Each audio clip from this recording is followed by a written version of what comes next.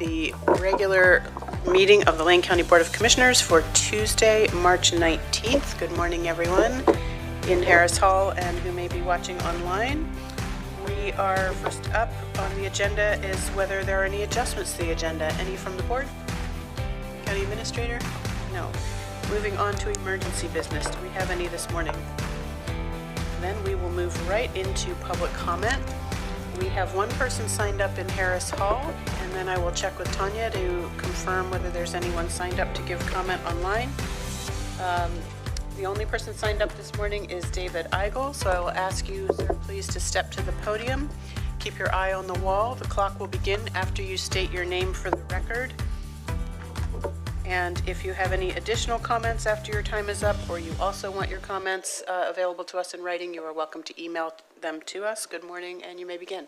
Thank you. I'm David Eigel, back once again with the theme of private bigotry should not be funded by public monies or used by public institutions. I want to call your attention to the fact that the Lane County History Museum, now for 3 years running, has in various ways been violating the laws on its conduct.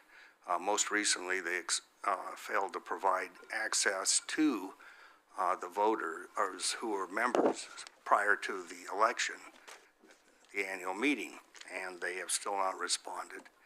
And this is a clear and unequivocal violation of the law, and the state statute provides for attorney's fees if I proceed on that basis. I'm also very happy to bring to your attention the fact that at long last, not only have I been able to document that the Dunn Hall denaming report, the report that was used to dename it, isn't merely fantasy being presented as history, but it's actually an academic fraud. I recently had occasion to contact the Oregon State Historical Society. The key document that they centered their report around was a list. The list Professor Dunn, as the local head of the fraternal order, the Knights of the Ku Klux Klan.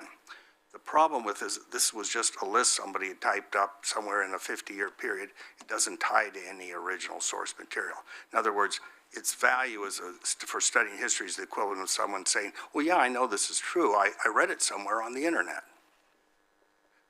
With this in mind, I'll be sending you in writing various proposals of how to deal with some of these things. You may have your own ideas, but clearly these are things that need to be dealt with. This is really an embarrassment to our community. Thank you for your time and attention. Thank you for your public comment. There's no one else in Harris Hall wishing to give public comment, so I will ask Tanya if we have anyone who has signed up online at this time. Thank you, Chair. If you would like to give public comment at the Board of County Commissioners meeting for March 19th, 2024, please raise your virtual hand. And when I call your name, I will unmute you and give you a 3-minute timer for your public comment. Chair, I do not see any hands raised at this time, so I will return the meeting to you. Thank you so much. And I imagine, Administrator, you're alerting staff that we might be moving quickly through? Yeah. Okay, great. Thank you. Then I will now turn it over to the board for any response to public comment or other issues or remonstrance you wish to raise this morning.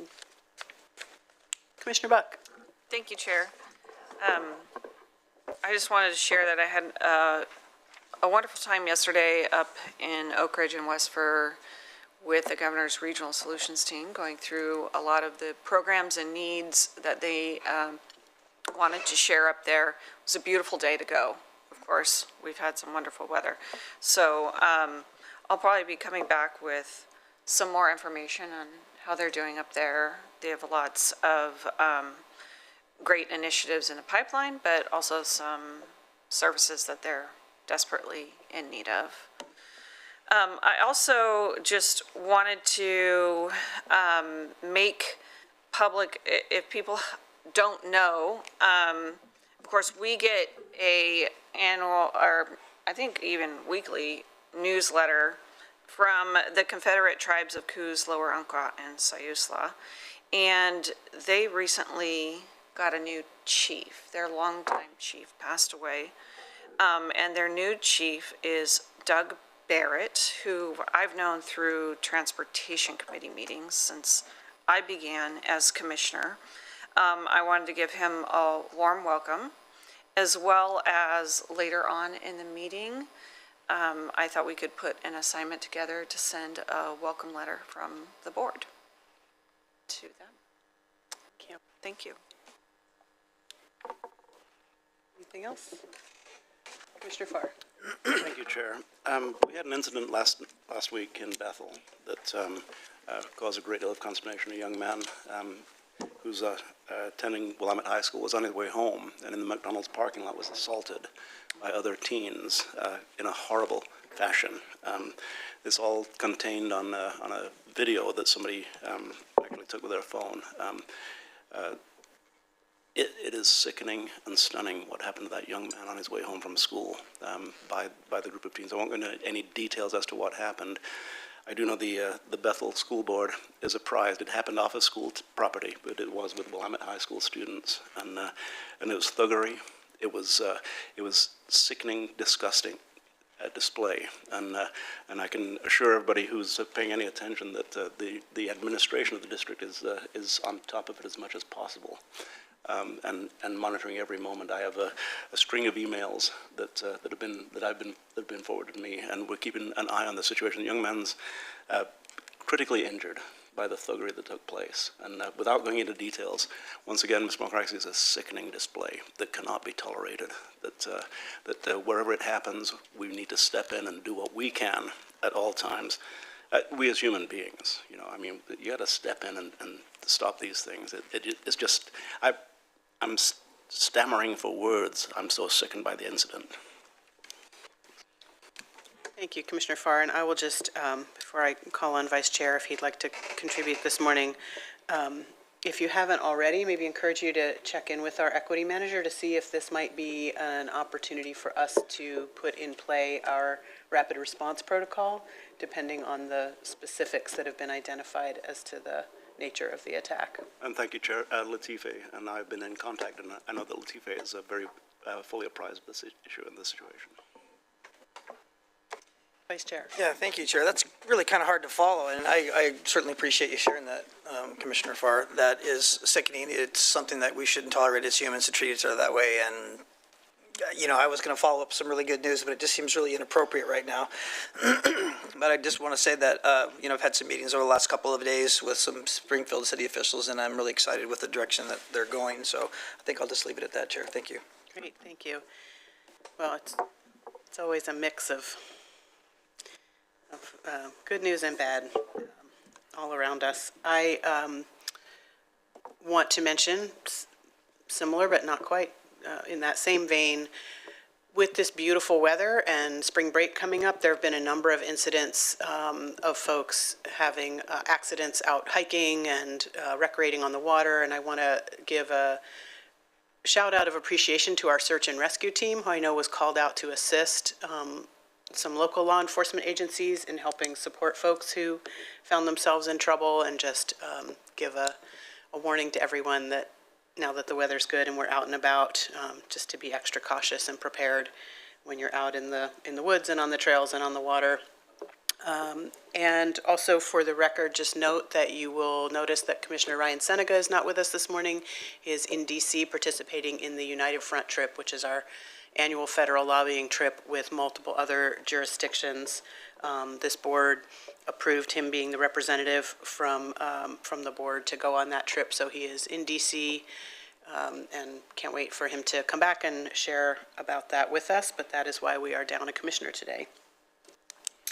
And with that, I will move us along to item 5 on the agenda, which is our consent calendar. All items listed here are considered routine by the Board of County Commissioners and will be enacted in one single motion in the form listed below. There will be no separate discussion of any items on the consent calendar. If there had been discussion desired, an item would be removed from the calendar and considered separately. And so with that, I'll ask for a motion to approve today's consent calendar. Yes, Chair, I approve and adopt the consent calendar for Tuesday, March 19th, 2024. I'll second. It has been moved by Vice Chair and seconded by Commissioner Buck to approve today's consent calendar for Tuesday, March 19th, 2024, as published.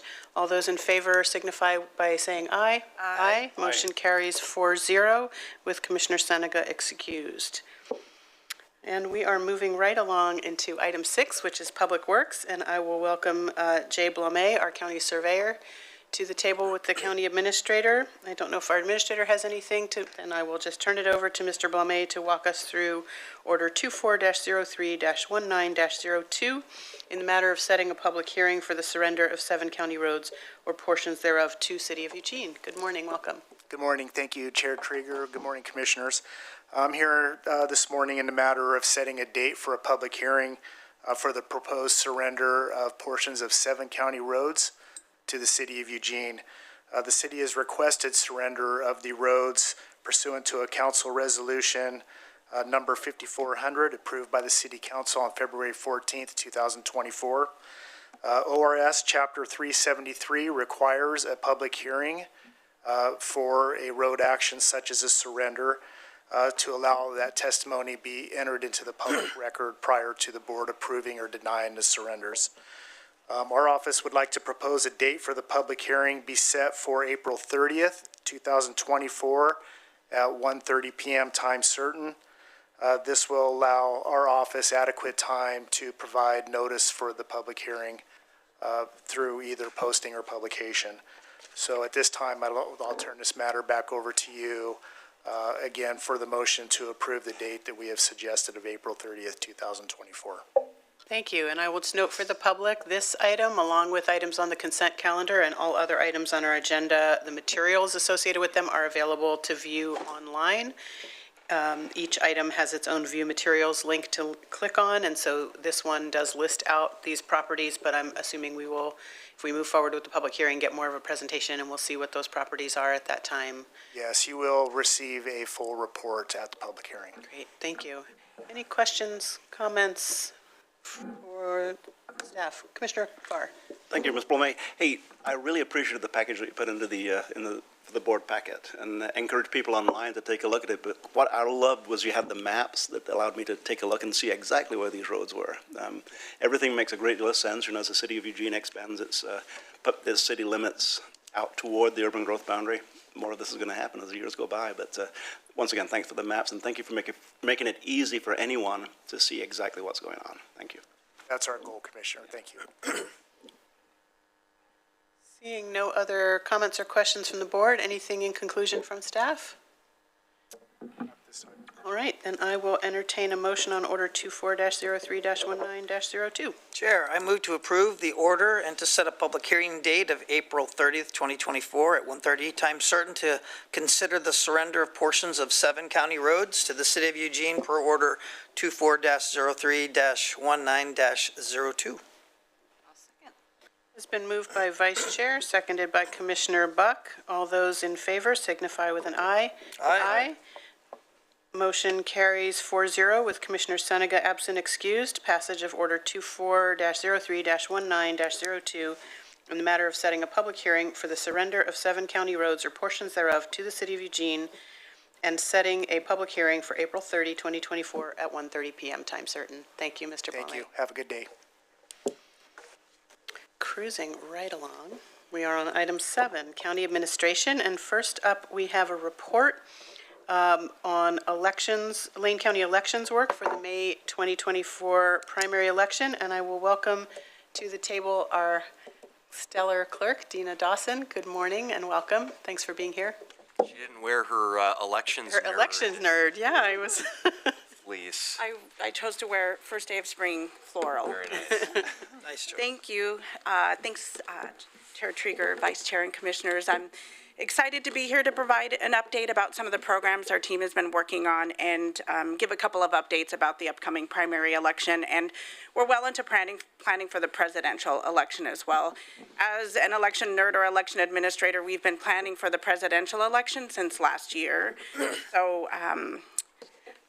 I'll start with an update that we are modernizing the way that we hire our election workers. We've been working on a new recruitment to try to refresh our staff. We have great election folks that have been working with us for many years, but we've needed to have an injection of some more Republicans. We like to have non-biased teams.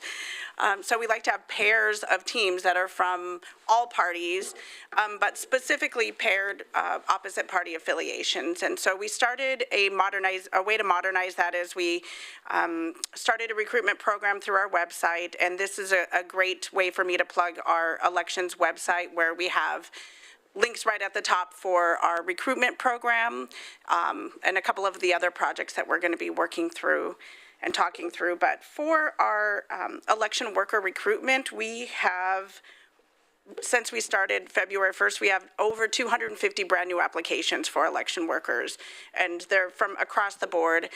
We were trying to change the narrative a little bit, is that election workers aren't always retired folks with spare time. A gig worker that is doing the evening shift or a night shift could be available to work. We want to be flexible with our scheduling. We would love to welcome students, stay-at-home moms and dads, and just we really wanted to inject some fresh meat into our recruitment pool. And so we are very happily now working through all of the influx of applications that we have and are starting to pair up our teams. And so this doesn't mean that we're not going to bring back folks that have helped with us before, but we want to use this primary election as a training run for us, so that in the primary, we'll have less folks working with us, but in the presidential election cycle, we're going to be doubling up all of our extra help of election workers. So we want to use the primary as a way to get some extra training in for new folks. So for the primary election, we plan on bringing in a lot of new folks and training them up with some of our seasoned election workers. That way, for the presidential election, they've already got a little experience under their belts. So I'm really pleased with the amount of participation that we received and applications that we received. We are still accepting applications. If you know someone that is interested in learning more about the process, please spread the word, have them visit the website and submit an application. Once we've finished up pairing up our teams, we will pause on the recruitment and then we'll open it up again after the primary election. But I'm pleased with how successful that has been. And I'm really looking forward to training new folks and, recruiting and training future election nerds for us. So we are working on also, this has been a passion project of mine for a while that I kind of snuck in. We are at the max when it comes to workload, but I snuck in a passion project of mine, and this is the I Voted coloring program. In Lane County, we do not send I Voted stickers. We vote by mail. We hand out I Voted stickers if someone comes into the office, but it's expensive to send an I Voted sticker with ballot packets. And you would have to be consistent with that. You would need to send I Voted stickers every election that we had. And we all know that voter participation varies depending on the type of an election. But so I was looking for a sustainable way for us to kind of increase voter pride and participation. And so on the backside of our, let me get this a little closer to my face so I'm not leaning this way. On the reverse side of our ballot Dropbox flyer, there's a whole page of blank real estate. And so we've come up with an I Voted coloring page sticker contest. We've been accepting entries from students, and we decided to split it up into 3 categories. K through 5th grade, 6th through 8th, 9th through 12th, and any college or vocational schools, homeschool, anyone in those grades. We would love to have some original artwork that is, would take up a quarter of sheet of paper. And so we would love to choose a winner from each of those categories, and on the back side of your Dropbox flyer, it would be a coloring page so that any of us could color our I Voted and then take a snapshot of it and share it on your social media. And if anything else, it's just creating some joy in this process, and it could be a little bit stressful in a presidential election year. Thank you. We haven't received any applicants yet. So we were hoping to spread the word and use this as an opportunity to hopefully spread the word. We are going to extend the deadline to August 1st. The winners of the I Voted coloring page are going to be included in the presidential election ballot packets. So the entry form is available on our website, and we pulled the group together, and we are looking at ways to increase our outreach on this effort. And so we'll be looking for all of you to spread the word to the community. And again, that I Voted coloring page entry form is on our website now. And the entry form has all of the rules and all of the, everything that a person needs just to, be as creative as they want to be. And it's a really sustainable way for us in future elections to be able to inject some joy into the process. So, yeah, absolutely. You'll have at least one. Yes. Okay. Perfect. So now getting to a little bit more of the serious stuff.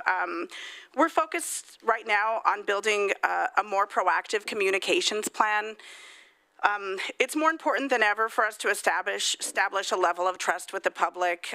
We really need to counter the false information out there by flooding the zone with the truth and really kind of inoculating the public to the mundane work that we do to prepare for elections so that they realize that it's a team of dedicated public servants that are doing this work, and just putting some education out there for folks to understand, because elections are complicated and complex, and we want to make sure that we're doing the best that we can to provide factual information. So we'll be working with our public information officer, and each election cycle we put a communications plan together that says, here's the deadline to register to vote, and here's a logic and accuracy test. And we've put the minimum forward, but we are going to double down on that this election cycle, starting now throughout the presidential cycle, to really use our social media and media as a way to help us educate folks on the process. So we're looking on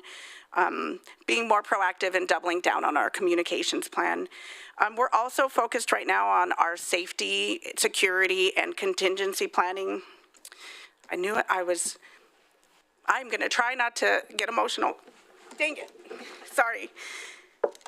We've been a little spun up after receiving a suspicious mail piece that had a suspicious substance. So we have been really focusing on the safety and security of our team and all of our election workers, and that's working in partnership with CISA and our local hazmat teams. Our local CISA representative was out at the elections office last week, and CISA is our cybersecurity and infrastructure security agency.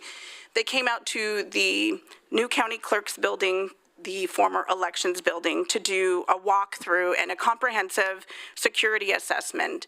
And really, they've done this in 2020, and they came out to look at what we've implemented and what we can do to be more secure in the work that we're doing, cybersecurity-wise and our infrastructure. And so there's been a lot of work done to the building to help us feel safer in what we're doing, but the suspicious mail piece was an ugly reminder that we need to be more prepared in situations that come up. So we've dusted off our procedures on how to handle suspicious mail and have been working with local hazmat, with Eugene Springfield Hazardous Materials Team and CISA to see what we can do to beef up our security and to test our contingency plans to make sure that when something does happen, we're prepared. And so I'm pleased to say that we are doing what we can there, and we're going to be working to secure some grants to help us increase the security of that building. Presidential elections get a lot of attention, but we conduct a lot of elections, and we need to be safe and secure at every election. And so we're working on that. I want to say on the record, since I have this opportunity, that key election staff, have been trained on how to administer naloxone. We have received training in self-defense, and we've also received training in de-escalation, because that's the world that we live in. So something that's near and dear to my heart is making sure that we can do the work that we do without having to fear for our lives. So we are spending a lot of time right now, before we get into the really critical planning period, to make sure that we're safe and secure. So it's a reality that we're dealing with. So I almost made it through. I told my team, I'm not going to cry, and they're like, yeah, you are. So they were right. Thank you so much.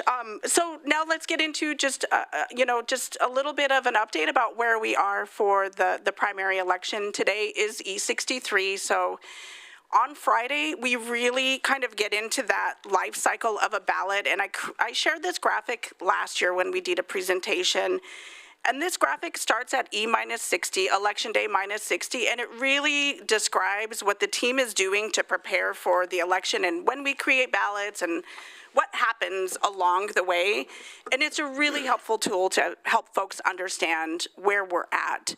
At E-60, we're getting all of the content that's certified to us from the state and the cities and measure filing deadlines. And so we're gathering all of that information, reconciling it against the source of truth to make sure that we have everything that's going to appear on the ballot, and we're starting the proofing process. And I am an election nerd, but boy, do I hate proofing ballots because it is so stressful.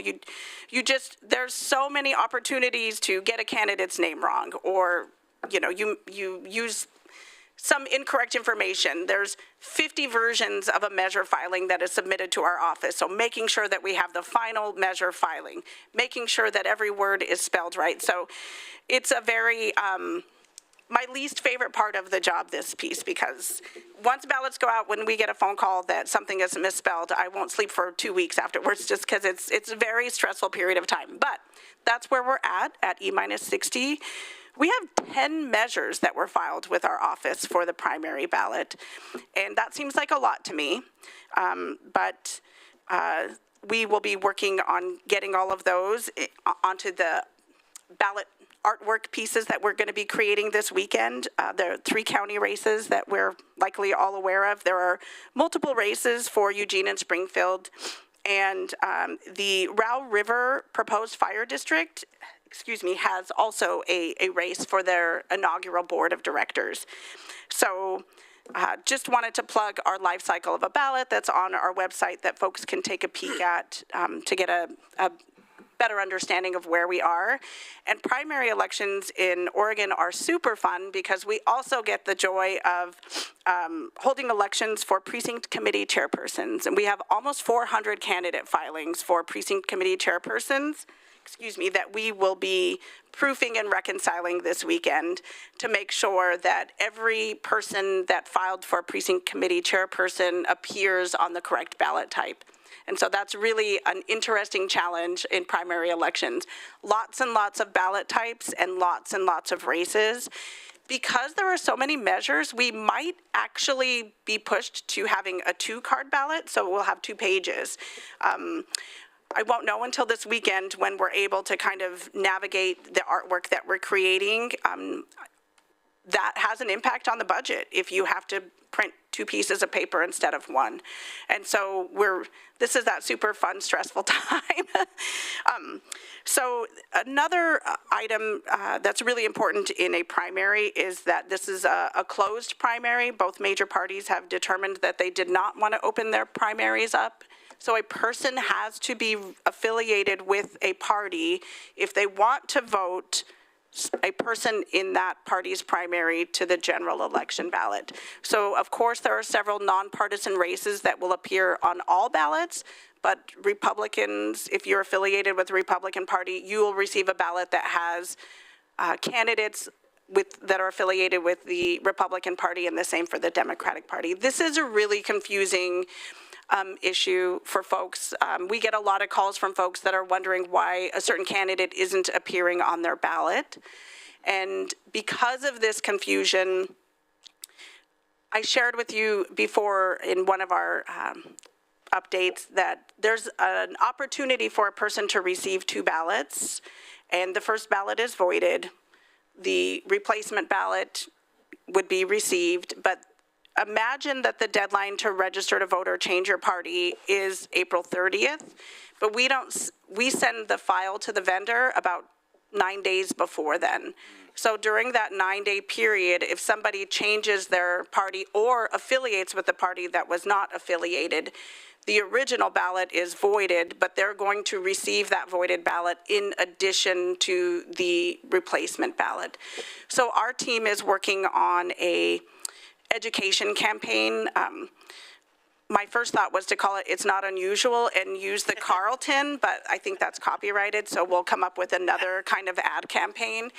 But we really want folks to understand that this is not unusual. It is not uncommon in this situation for this to occur, and that's part of our communications plan that we want to put out there. So as we do these updates, every couple of weeks, I think Lauren and I were discussing shifting to every 2 weeks so that when we're providing updates through the end of the certification, we'd be able to provide meaningful information. We'll dig a little bit deeper into some of these scenarios that might be a cause for concern for folks, but really there is no cause for concern. So I wanted just to close by saying that today is E-231 for the presidential election. And we are preparing for that now. And that's all that I had as an update for you today. Thank you. Great. Thank you so much. I will turn it over to the board for comment, but also just appreciate how clearly you care for your job, for the work of elections, and for your team. So please don't apologize for being so invested in your work and your team. Thank you. Thank you. Commissioner Farr. Thank you, Chair. You are an elections nerd. You just demonstrated that, and you've made me one as well. You know, looking at the details that you're talking about, things that we kind of take for granted, it's not just mimeographing ballots, is it? There's a great deal that goes into it. I'm particularly interested in two things. One, that the 9-day span in between sending the ballots off to the vendor and in between. You know, people say, why did I get 2 ballots? Well, you've made a clear explanation to me that's going to make it easy for me to tell people who I come into contact with. But the education campaign that you're talking about, I think that's really essential, because why did I get 2 ballots? I got 2 ballots, I voted twice, so the election's fraud. Well, you've got that part covered. My other question is regarding change of address. And a couple of years ago, our son, who moved here from Arizona with their family, has the same name as me, moved into our house for a while, and then moved out. And so my mail followed him because we have the same name. And the post office said, well, there's nothing we can do about that. And so I said, well, did the 2 George Bushes have that same problem? You know, so, but that being said, the post office sometimes does not have control as to where the mail goes. How do we cover that if my ballot goes to somebody else or somebody else's ballot comes to my household? That's an interesting challenge that election administrators face due to the National Voter Registration Act and the list maintenance requirements. We're required to receive national change of address data from the post office and act upon that.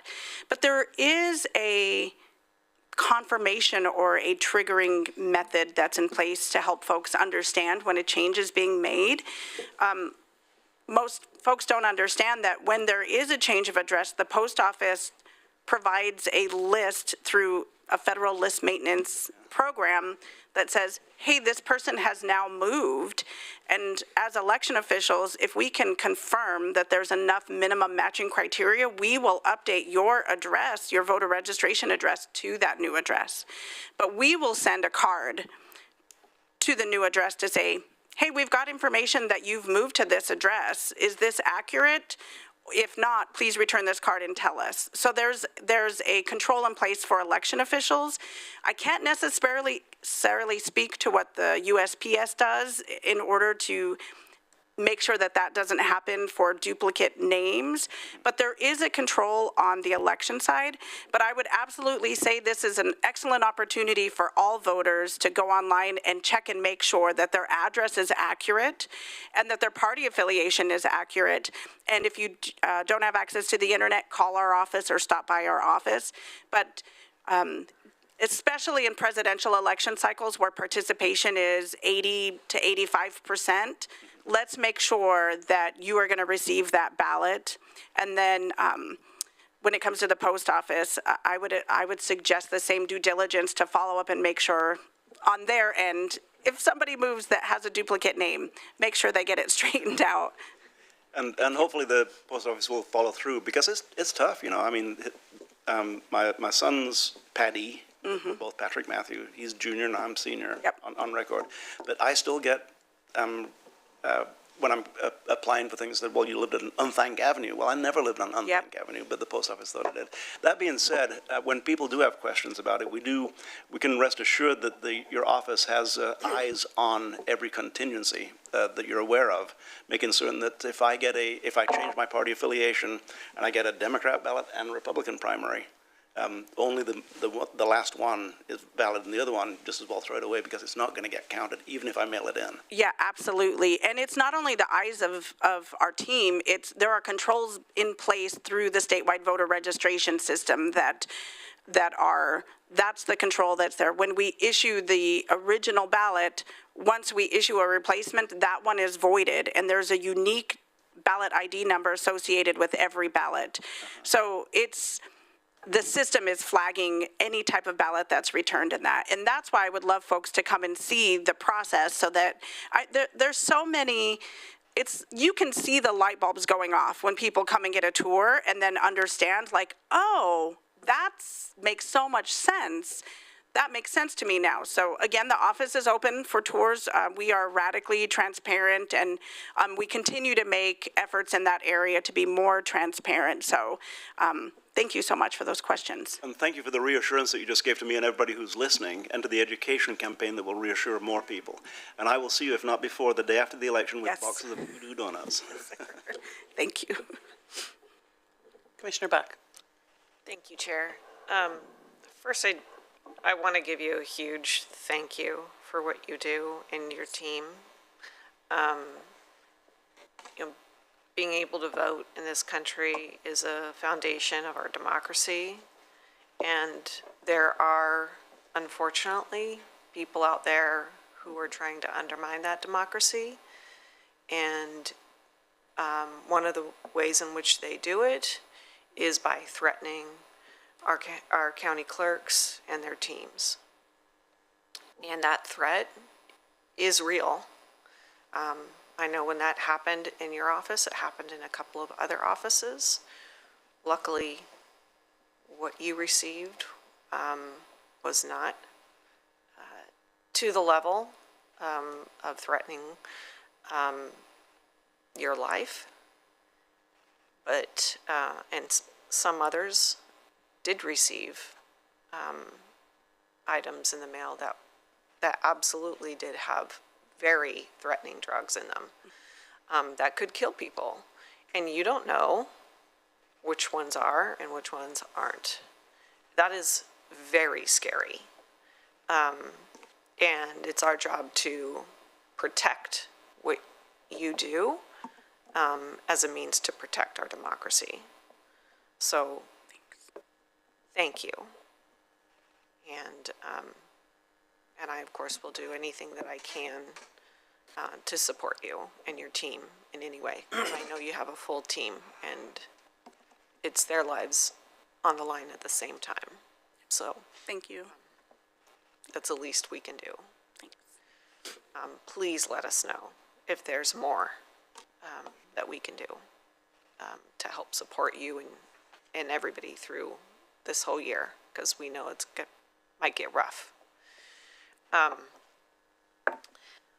I'm excited to be able to see all the transparency measures you put through. I did notice when you put out the iVoting coloring program, because I was thinking of my daughter at the time, and was curious if you were able to partner with the schools, because at the same time, my daughter came home with a different coloring contest that was put out in her Friday folder. And I think that would be a wonderful way in which to get the message out so that we can get students really participating. And I don't know how that's coordinated exactly, but I think there's a path there to help get the word out so that we can really get students interested in what will be their chance to participate in voting and democracy.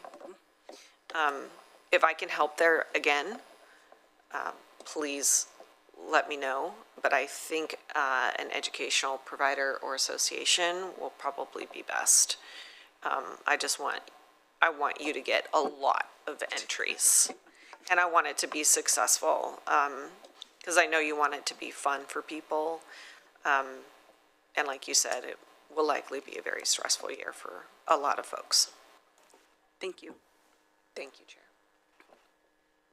Vice Chair. Yeah, thank you, Chair. You cease to amaze me, never cease to amaze me. I mean, your passion and your drive and what you're doing, and you're very proactive. I just want to have a couple of things I just want to comment on that you said. You said that you were looking at getting some more Republican people in here to balance that. I'm sure you've had a lot of criticism on your first few months in, and that you're being very proactive, and I really want to commend you for that, to make things balanced and making your teams right. I want to also jump on that Tom Jones theme that you were talking about. I've already got the first chorus written. It's not unusual to get a voided ballot first, but you're assured the right one's on the way. We could make that into a whole chorus song. I'm already writing that for you. But I think the greater thing that I want to tell you is this, is that I want to commend you in public for your courage. Somebody once told me that yet in all things we are more than conquerors. And you are a person who has faced a lot of stress. You mentioned it many times in your report about this is stressful, and you kind of take it as it's kind of falling off your back. But it's a weight that you bear as a leader.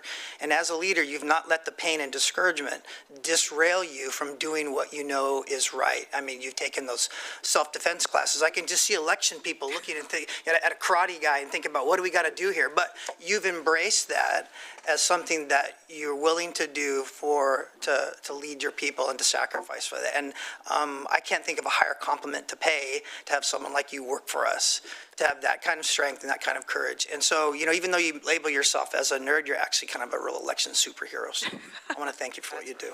Good job. Thank you. Thanks.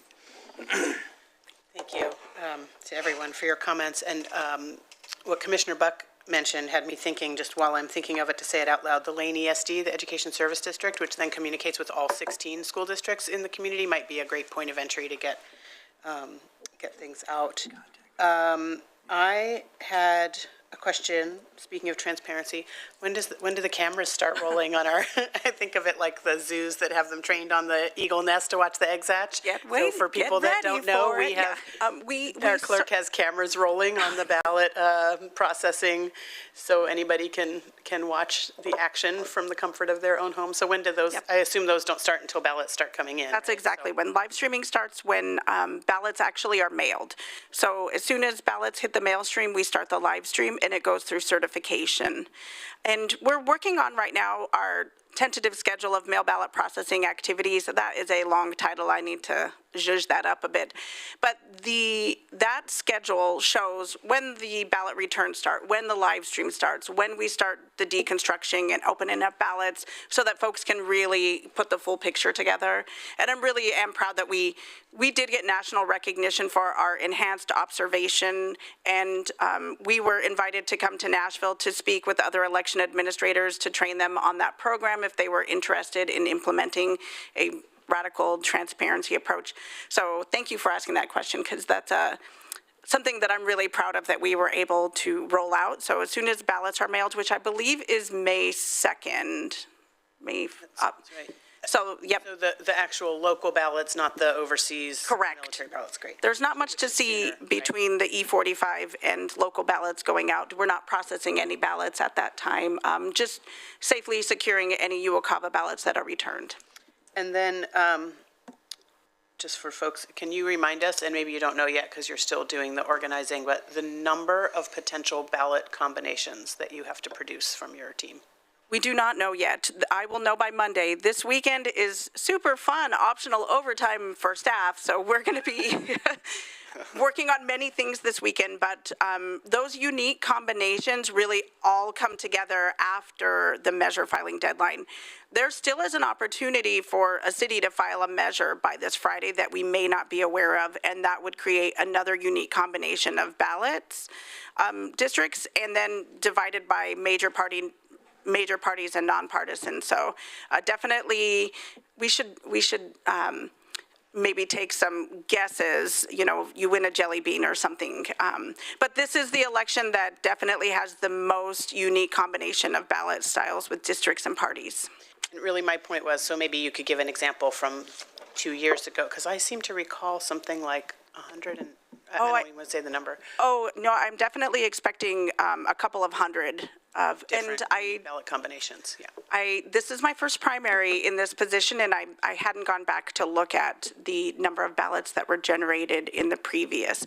But with having 10 measures, it's going to increase the number of combinations of ballots. And I don't believe we had 10 measures in the last primary election on top of, the district formation and all this state and city races. So I think this is going to be one for the books.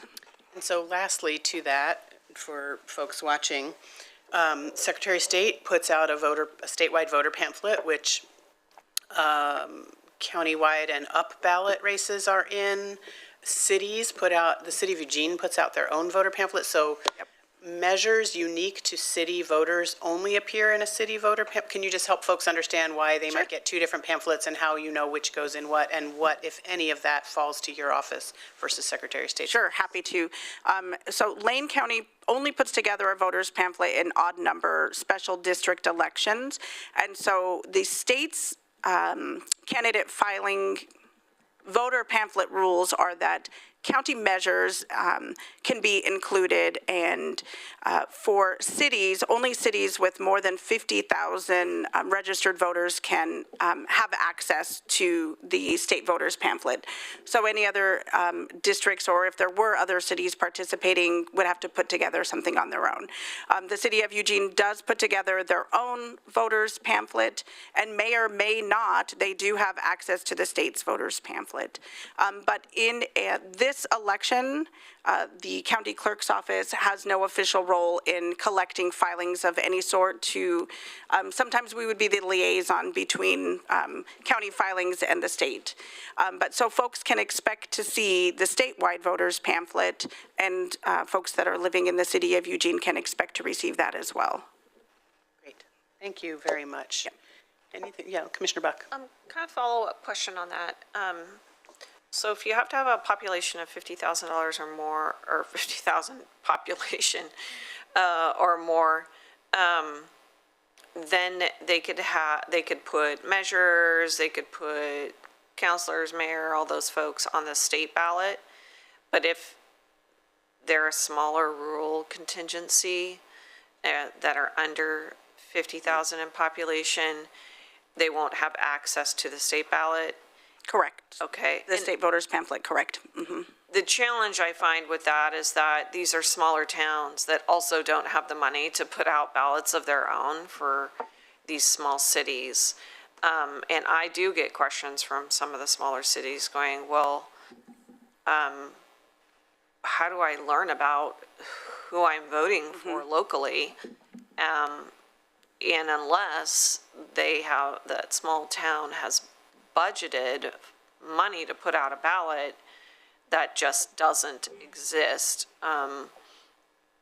Or in lieu of a published paper ballot, don't have a system online for people to go review.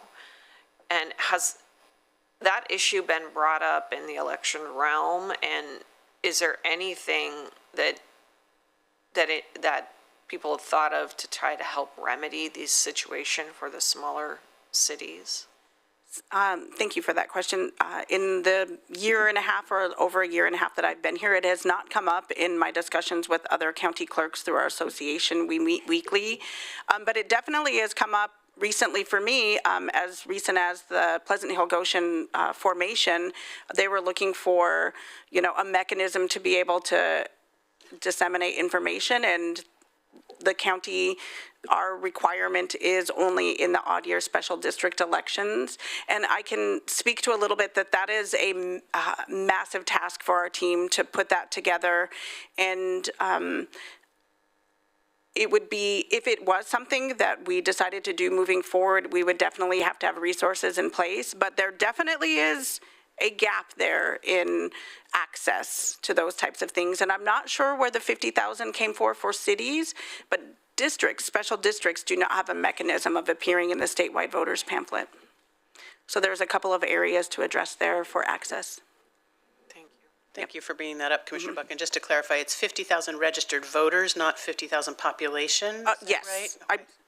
I will have to clarify. I just remember the number being 50,000, and that it is only Springfield and Eugene. It is also identified in the statewide voters pamphlet guide. It calls out the cities that meet that qualification. So I only remember 50,000, but I will confirm. And then it's access to information being submitted to a voter pamphlet, not, I mean, they all get a ballot, but Right. then there's no level playing field of everybody having access for a flat fee to communicate through a pamphlet. Yes, exactly. So there might be, and we can talk more about this offline, particularly for Commissioner Buck, who has several of these smaller cities, whether there's some cost share mechanism where we could offer that up to smaller districts, if it's just a matter of resource.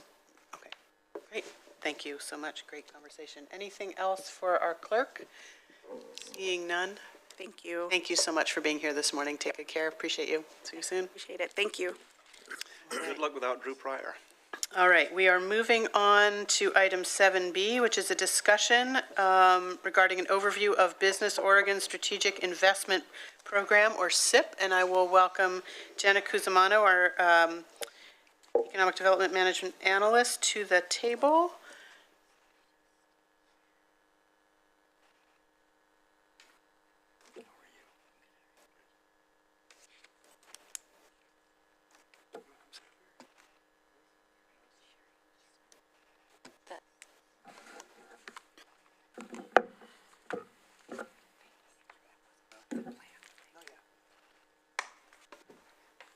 Assessor, you can just flip the nameplate over just so when it's broadcasted, unless you'd like to be. I kind of like that. That's next.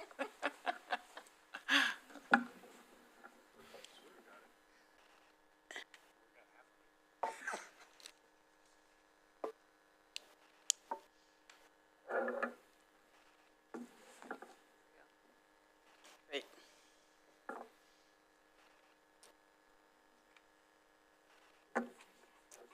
So it looks like it's just a PDF, not a slide presentation, so that's why it's not, oop.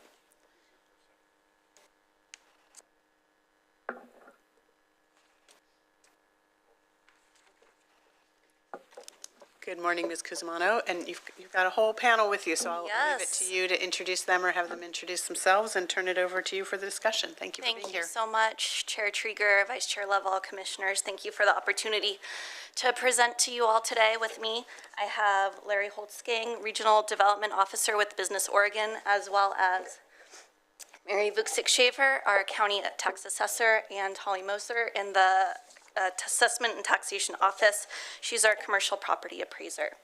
And so really excited to talk to you about this program with Business Oregon. It's an incentive for businesses that we've never utilized locally, and we've been working with a local business about a potential application to the Strategic Investment Program, also known as a SIP.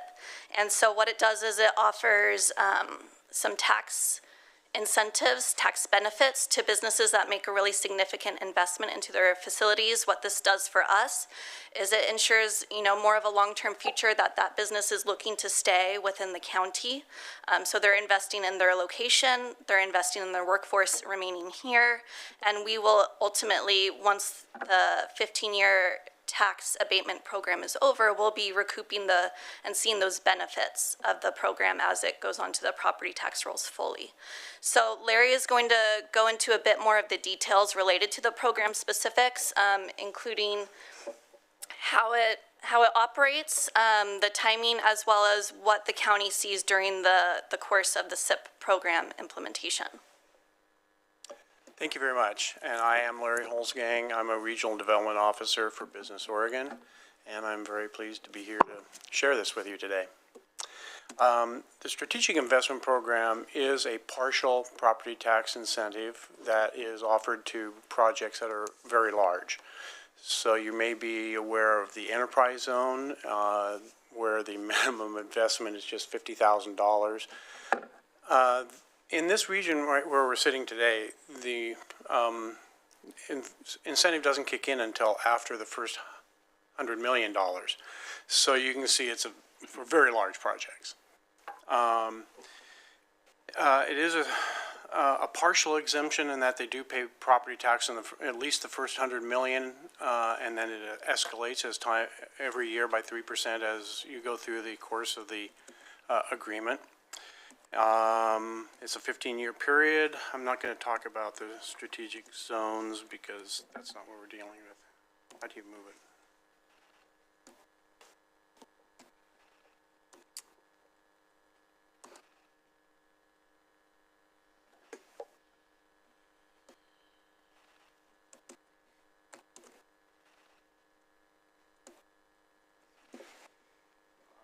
Just want to give it a second.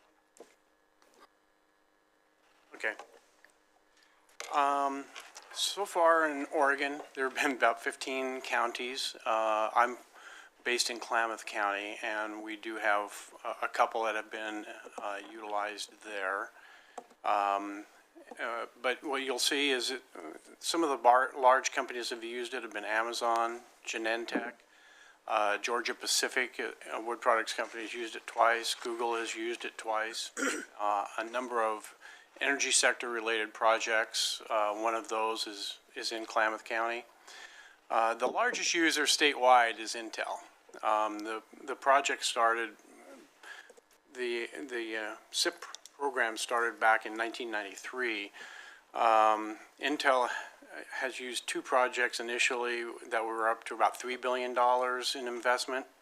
In 99 to 2001, they came back again and entered an agreement for a $12.5 billion agreement.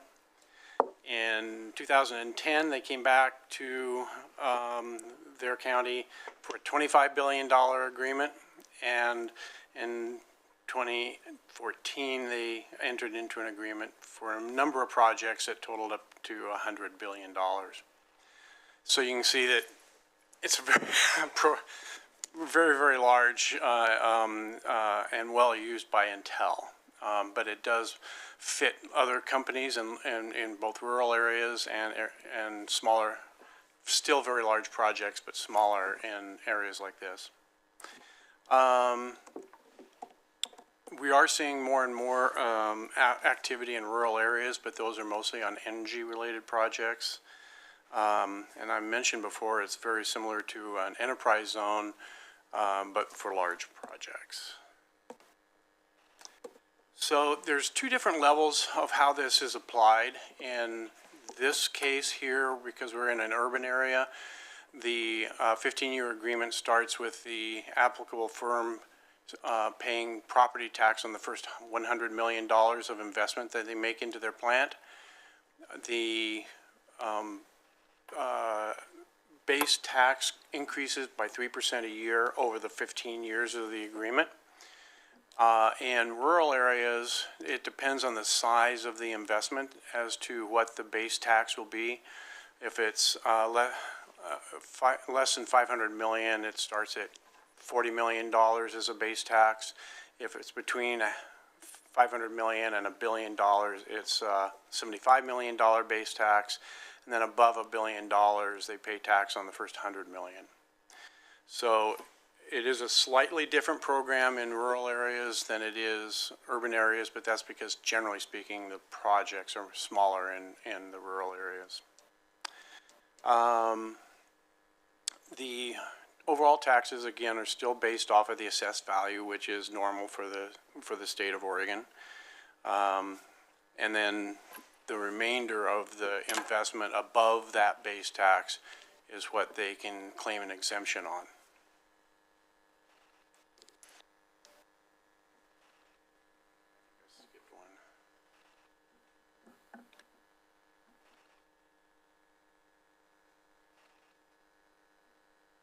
There we go. Along with the base tax, there is going to be a statutory community service fee that is equal to 25% of the abated taxes, up to a maximum of $3 million. So again, it has to be a pretty large project to exceed that $3 million. So in most cases, it's going to be 25% of the abated taxes. You can ask for additional conditions in the negotiations of the agreement. In the projects I've been on, that hasn't materialized, but on some large projects like in Intel, one of them, they were hiring 1,600 employees or something along with the project. and that was going to trigger some, an interchange to be built on the highway, on the freeway. So the county had asked Intel to participate in the cost of building that interchange that would service their site. So you can ask for additional fees outside, in addition to the community service fee. Employment, there is no statutory requirement for relating to employment, but Business Oregon will be tracking, you know, how the employment plays out at the site, and that'll come in later. I'll talk at the very end about gain share. We don't have any specific rules, but they do. We do try to encourage them to hire locally. We do ask them to fill out a first source hiring agreement with the employment department, WorkSource Oregon. And we do ask them to hold a job fair, so that as best we can, we like to see jobs filled locally.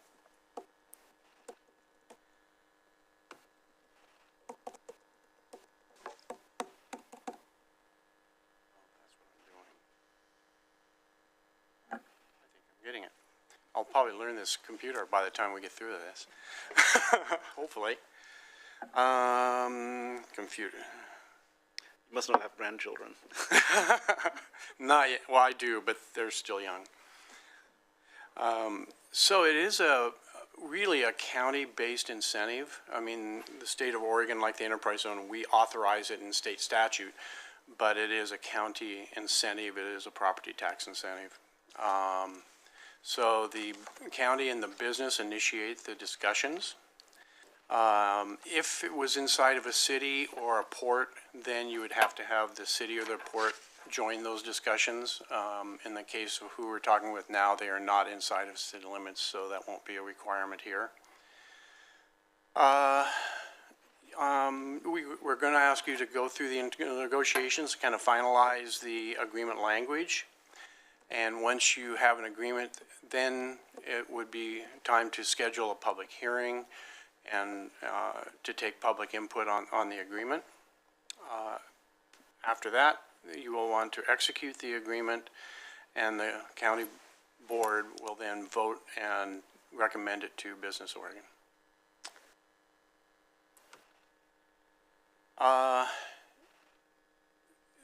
This is, I have a flow chart later on that's also very confusing, but but then typically the business firm would make a formal application to Business Oregon. In this case, or in any case actually, the firm can also apply to Business Oregon with an application at the same time they initiate discussions with the county, and that has happened here. So we actually do have an application in hand, and that's perfectly fine. Business Oregon doesn't, you know, if you want advice on how these are structured, we're certainly going to be here with you through the process, but we're not involved directly with the negotiations. That is really between the county and the firm. But then once it comes to Business Oregon, it has to be approved by our commission. That is not really to look at the details as much of the negotiations as that the firm is applicable and everything meets state statute and that sort of thing. So it's a complementary thing. There is one thing about the application coming to the state that is important to the company, and that any investment that they would make into the project prior to that application coming to Business Oregon would not qualify for this agreement. So that's why sometimes businesses will apply to us directly as they start the negotiations with you, so that any investments that they then start making would be applicable to be included in the agreement with you.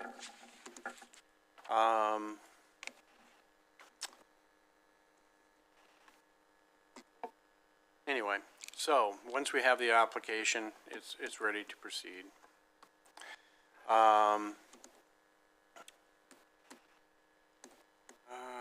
The community service fee. It's a mandatory amount by statute to be paid by the business each year. There is another spot on the flow chart that you'll see. The county will have to negotiate with at least 75% of the local taxing districts that are applicable on the site where this company is. And you will have to put an agreement together on how the community service fee will be dispersed. I think I have the next bullet says you have 3 months to do that. That clock starts ticking after our commission approves the agreement.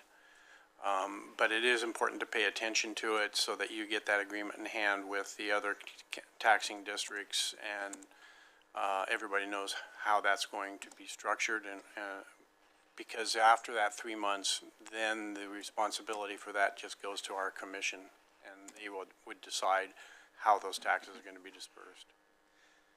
Then typically, of course, the taxes are dispersed on the same ratios as what your property tax base is for the site anyway. So they usually don't make it more difficult than what you already are doing. So this is the flow chart.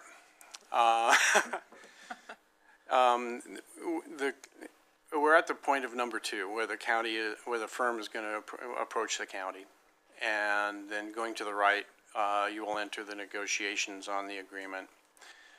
One step down, you will then hold a public hearing once the agreement is in place. Then the firm and the county sign the agreement, and it goes to the county board for a vote.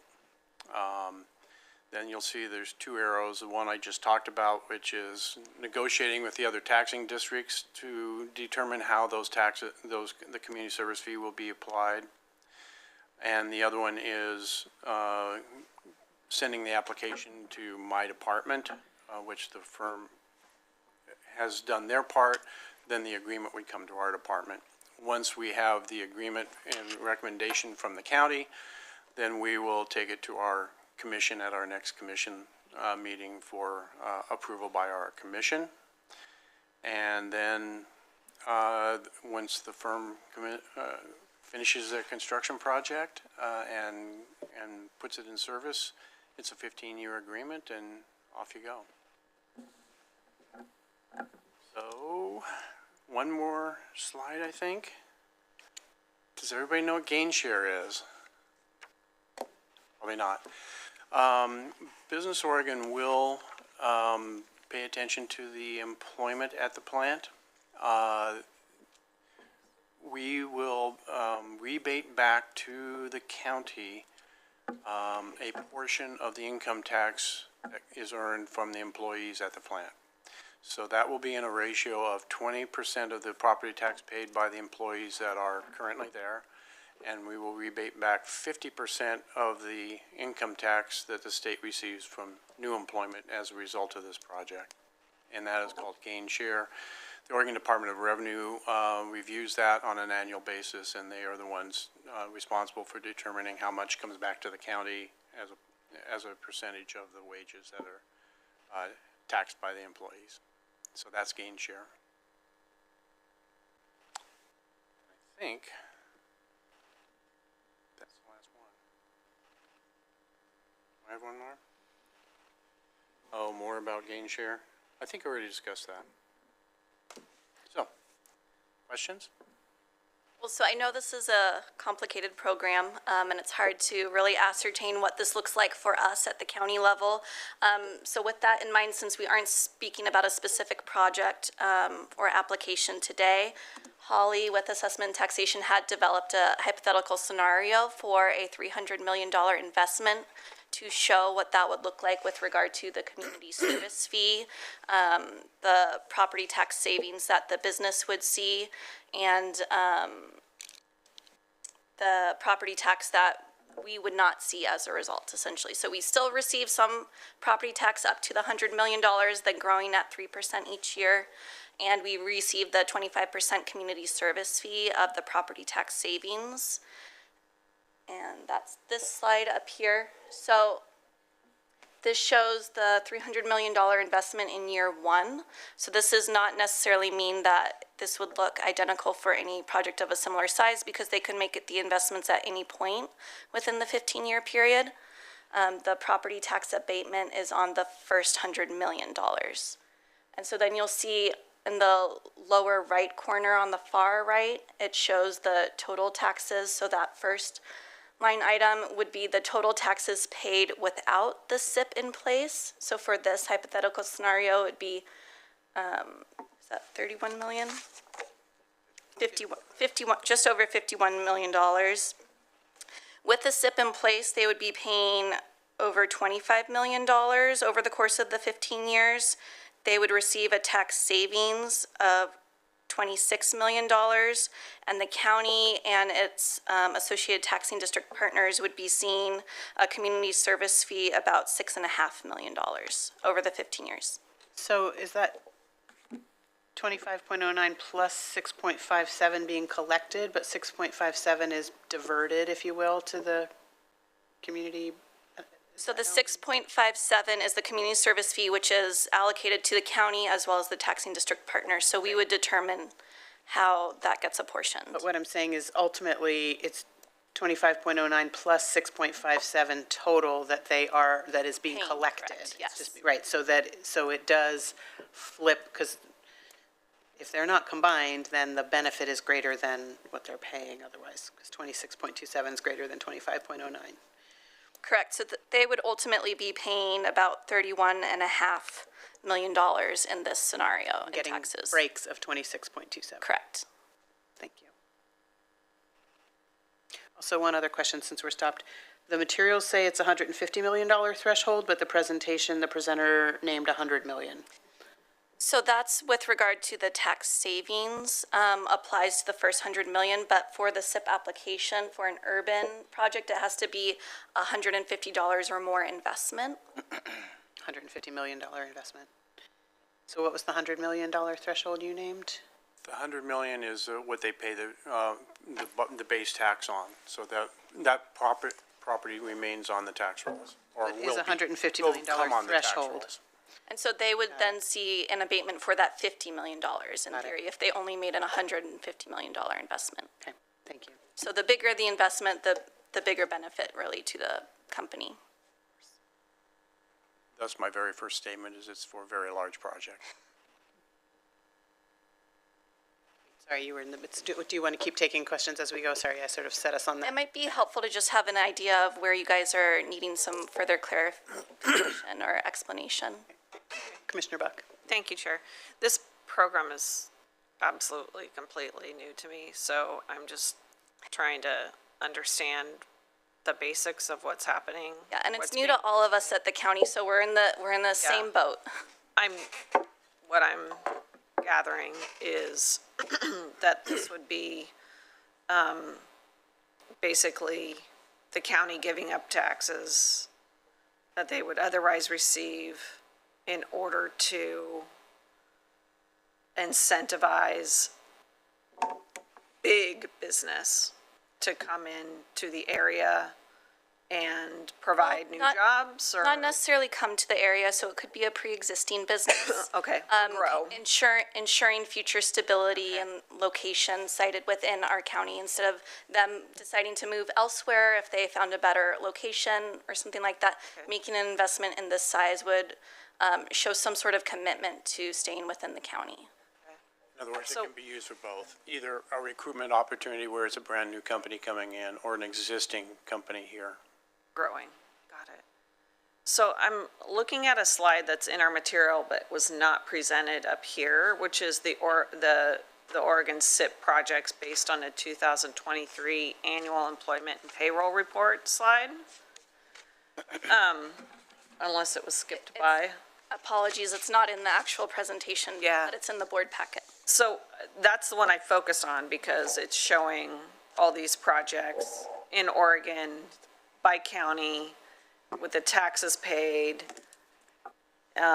taxes exempt, et cetera, which for anybody watching is a good informational data piece. And I can see in these columns, taxes saved per property, which are significant, obviously, because they're very large projects.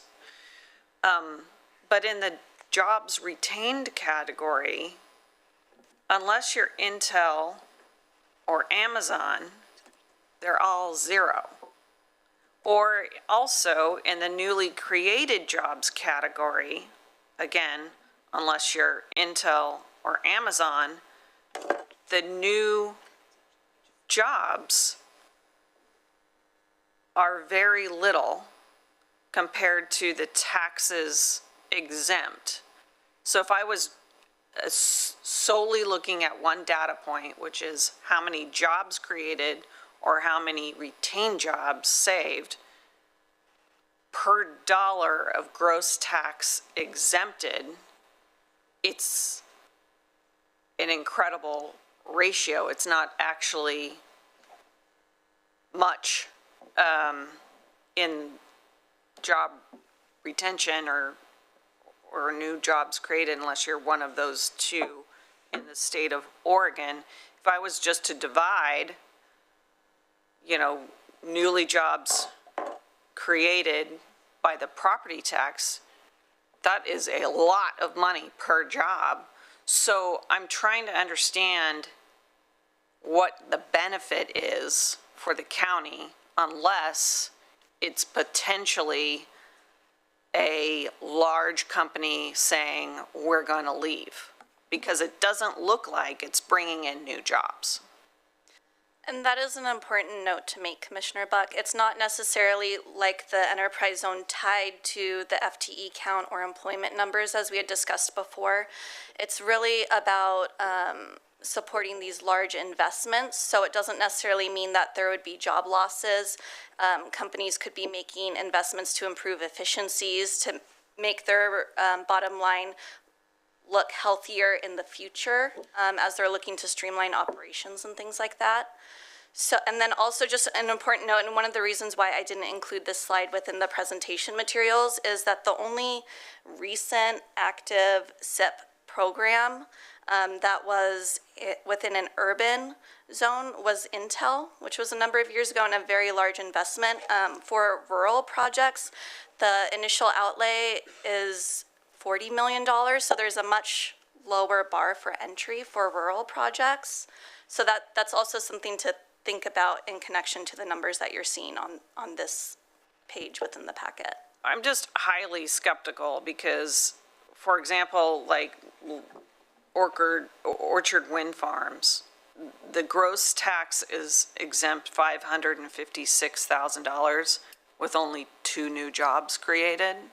Two jobs for that much money. And if I was going to want to not collect that much money from a business, I'd rather utilize that money for small businesses to grow in our area.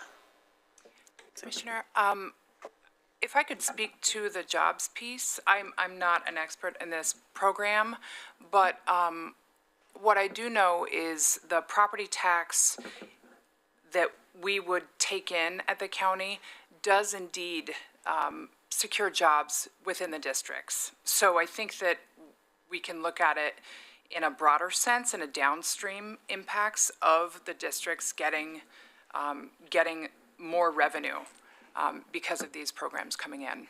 What do you mean by the districts? So the districts employ, for example, teachers, firefighters, so if you look at the community investment. But if there's no new jobs created, there's no new people, there's no new other downstream jobs to be created. So that's where I'm falling flat on the request. Well, in some projects, if it's an existing company that is expanding, you would have significant jobs retained. But in many projects, if they're new, if they're building a new wind farm, like you mentioned, that one project, because I haven't seen this sheet, but that's okay. I don't want to try to read it in front of you. But from my knowledge, I don't have any wind projects in my region, but I do have solar projects in my region, and they are similar in that there are construction jobs, but after it's built, then there's just maintenance on the system, and that doesn't require a lot of employees except for periodically. And so a lot of the large energy projects don't necessarily create hardly any jobs at all, to be honest.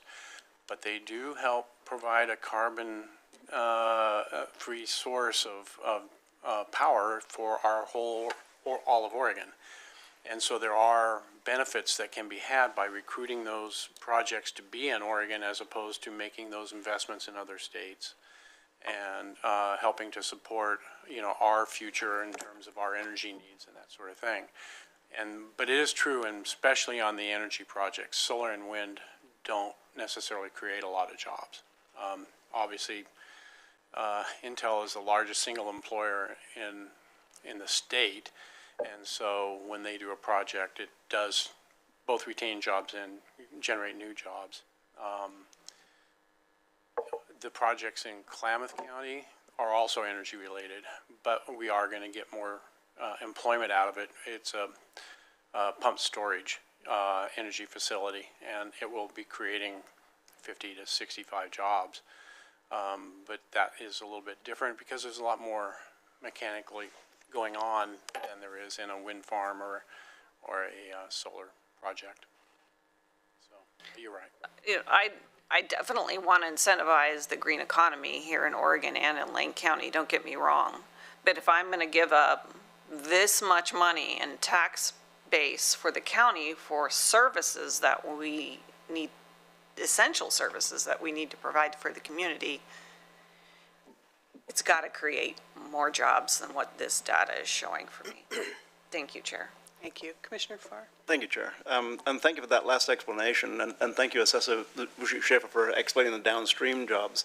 We have two kinds of projects. One is energy, and the other is manufacturing, generally. Intel's manufacturing, basically, and the wind farms are energy. The energy jobs obviously don't create a great deal of new employment. However, they do have the downstream effect of greener energy that's being created, and that's the incentive for attracting them. Now, manufacturing creates more jobs typically, and I would guess that we're looking at a manufacturing. This is not a wind farm we're looking at in Lane County. It's a manufacturing position. So we'll hear more about that when it's time to hear about that. But I'm looking at the tax abatements, and my question, I think it's for you, Assessor. The dollars. First off, I wanted to say what's in it for Lane County. Well, what's in it for Lane County? I'm looking at $25.09 million and $6.57 million, which is the taxes plus the community incentive program. But the rest of it, the part that's being abated, and Assessor, it's $26.27 million. How much of that would we get if there was no project at all? If a project didn't happen, this project just wasn't there, the $26.27 million, how would we spend that money? No, I know the answer to that. We wouldn't receive any of it. That's the answer. So that money is not there. So we're not really giving money away. We're just forgiving money that otherwise would be paid if they were paying the full share. So really, without giving anything away, this program gives the taxing districts $25.09 million plus $6.57 million, depending on how we decide to distribute the 6.57. And really, we could keep all that for ourselves, but I'm not suggesting that we do. But that being said, really, this is a cash flow for Lane County. That the downside effect is that we do give $26.27 million in tax abatements. We wouldn't have got that anyway. We're not taking money out of the bank or out of other projects and giving it to them. That money simply would not be there if not for the project. I think it's important to understand that. Now, I need to know a lot more about it, but we're looking at a lot of wind farms, a lot of solar projects. Love it, absolutely fantastic with 1 or 2 or 0 jobs. We're also looking at manufacturing with lots of jobs and lots of teachers and lots of grocery clerks and lots of other downstream jobs with it. So I'm excited to hear more about this. I remember a time, I'm so old, Steve. I remember a time when $100 million was a lot of money.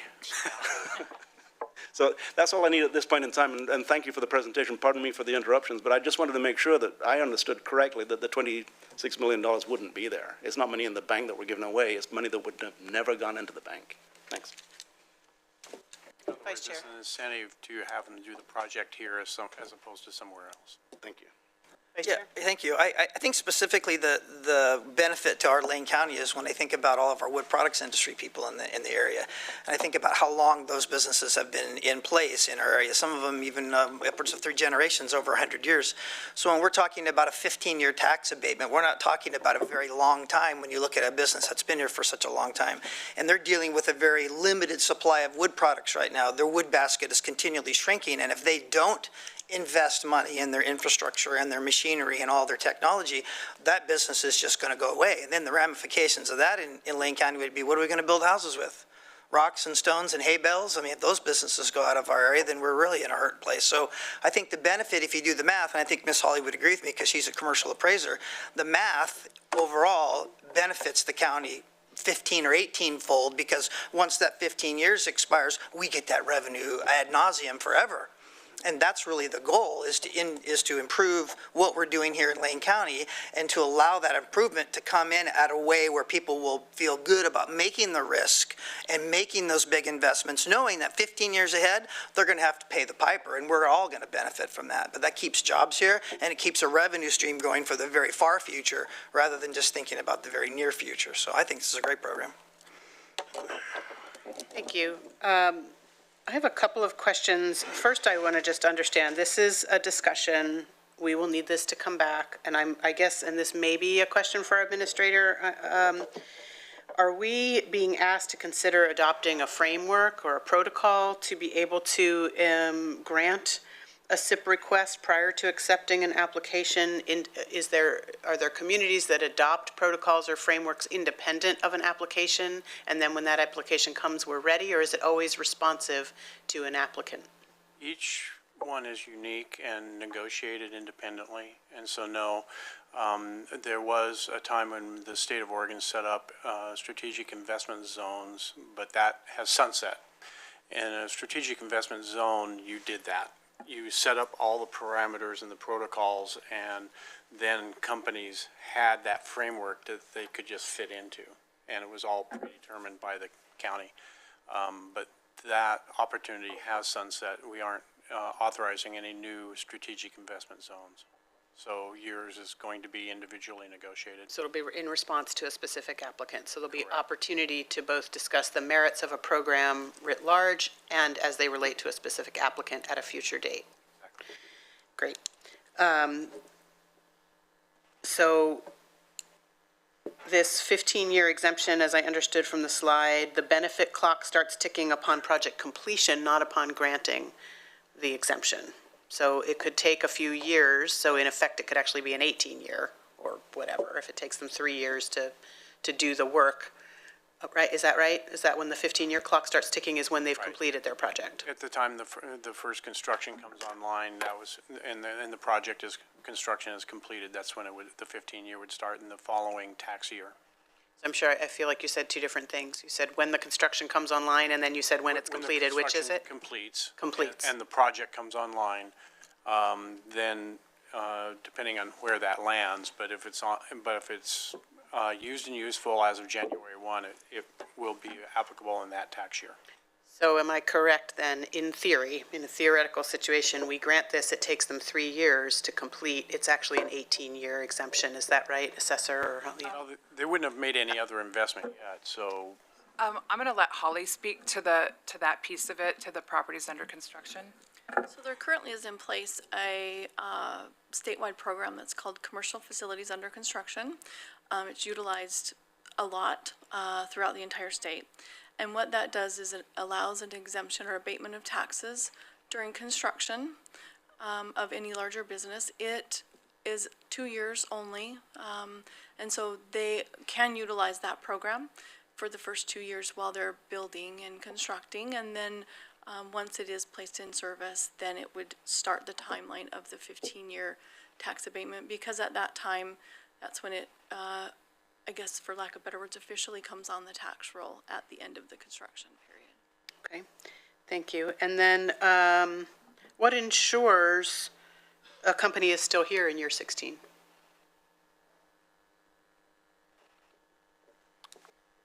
Nothing.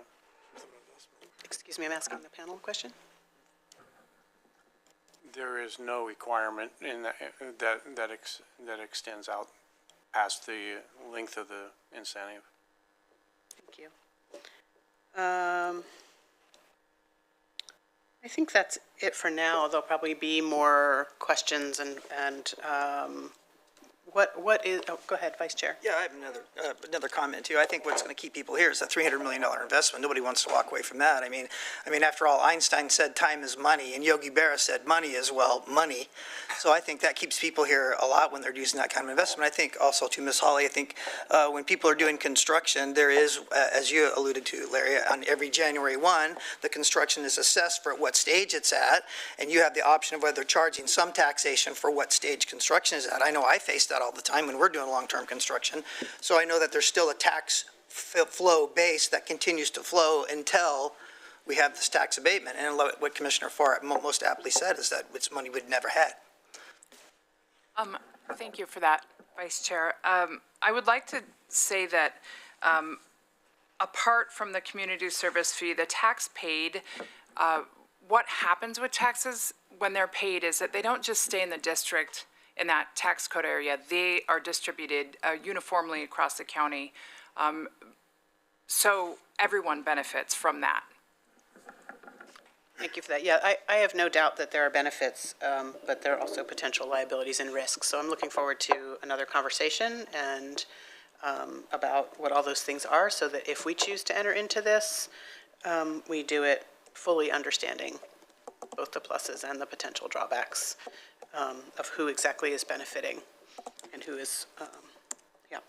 And Chair Trieger, just to note that all of those details related to a potential agreement and those negotiations will be occurring outside of public domain, so with an executive session and things like that. So the next time that we would be before you publicly would be for a public hearing. Thank you for that. And just as a reminder, since you mentioned that, and for the public watching, we don't make decisions in executive session, but there is Oregon statute that allows the board to meet in a private executive session with legal counsel to discuss matters of, in this case, contracting, for example. And so it would be a discussion and a way to dig in deeper, but no decisions would get made anywhere but in a public. The ultimate decisions will all be made in a public setting. Thank you for that. Anything else from our panel? Great. Thank you very much. Thanks for your time.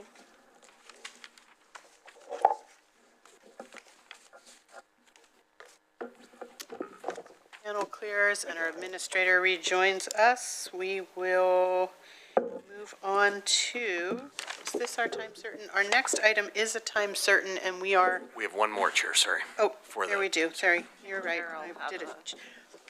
Yep, so we are on item 7C, which is in the matter of accepting a grant from, I saw Business Oregon and got all confused, from Business Oregon for community development block grant funds and delegating authority to county administrator to execute and administer a resultant contract with St. Vincent de Paul. This is Order 24-03-19-03, and Commissioner Buck.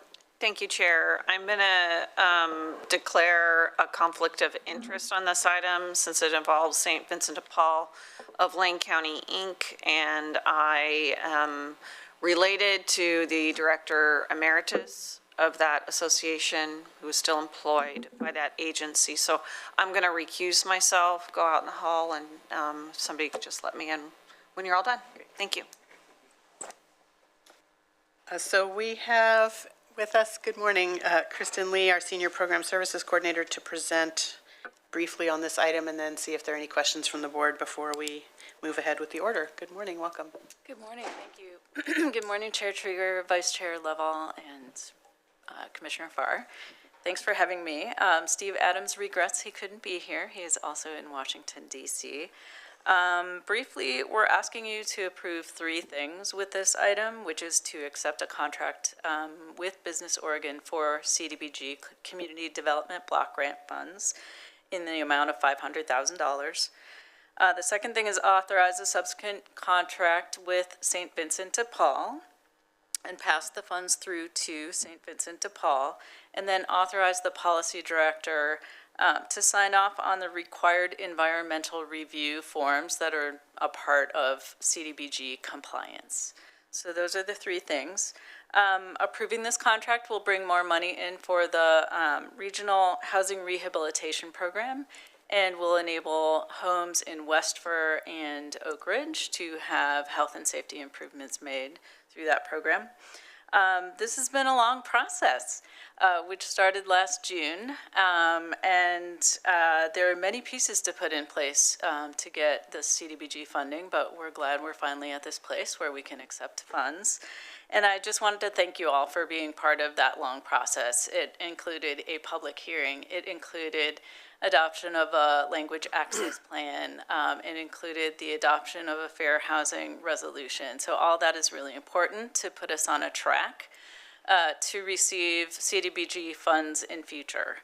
So it's actually a large volume of work internally that we needed to do as well to put us in this good position.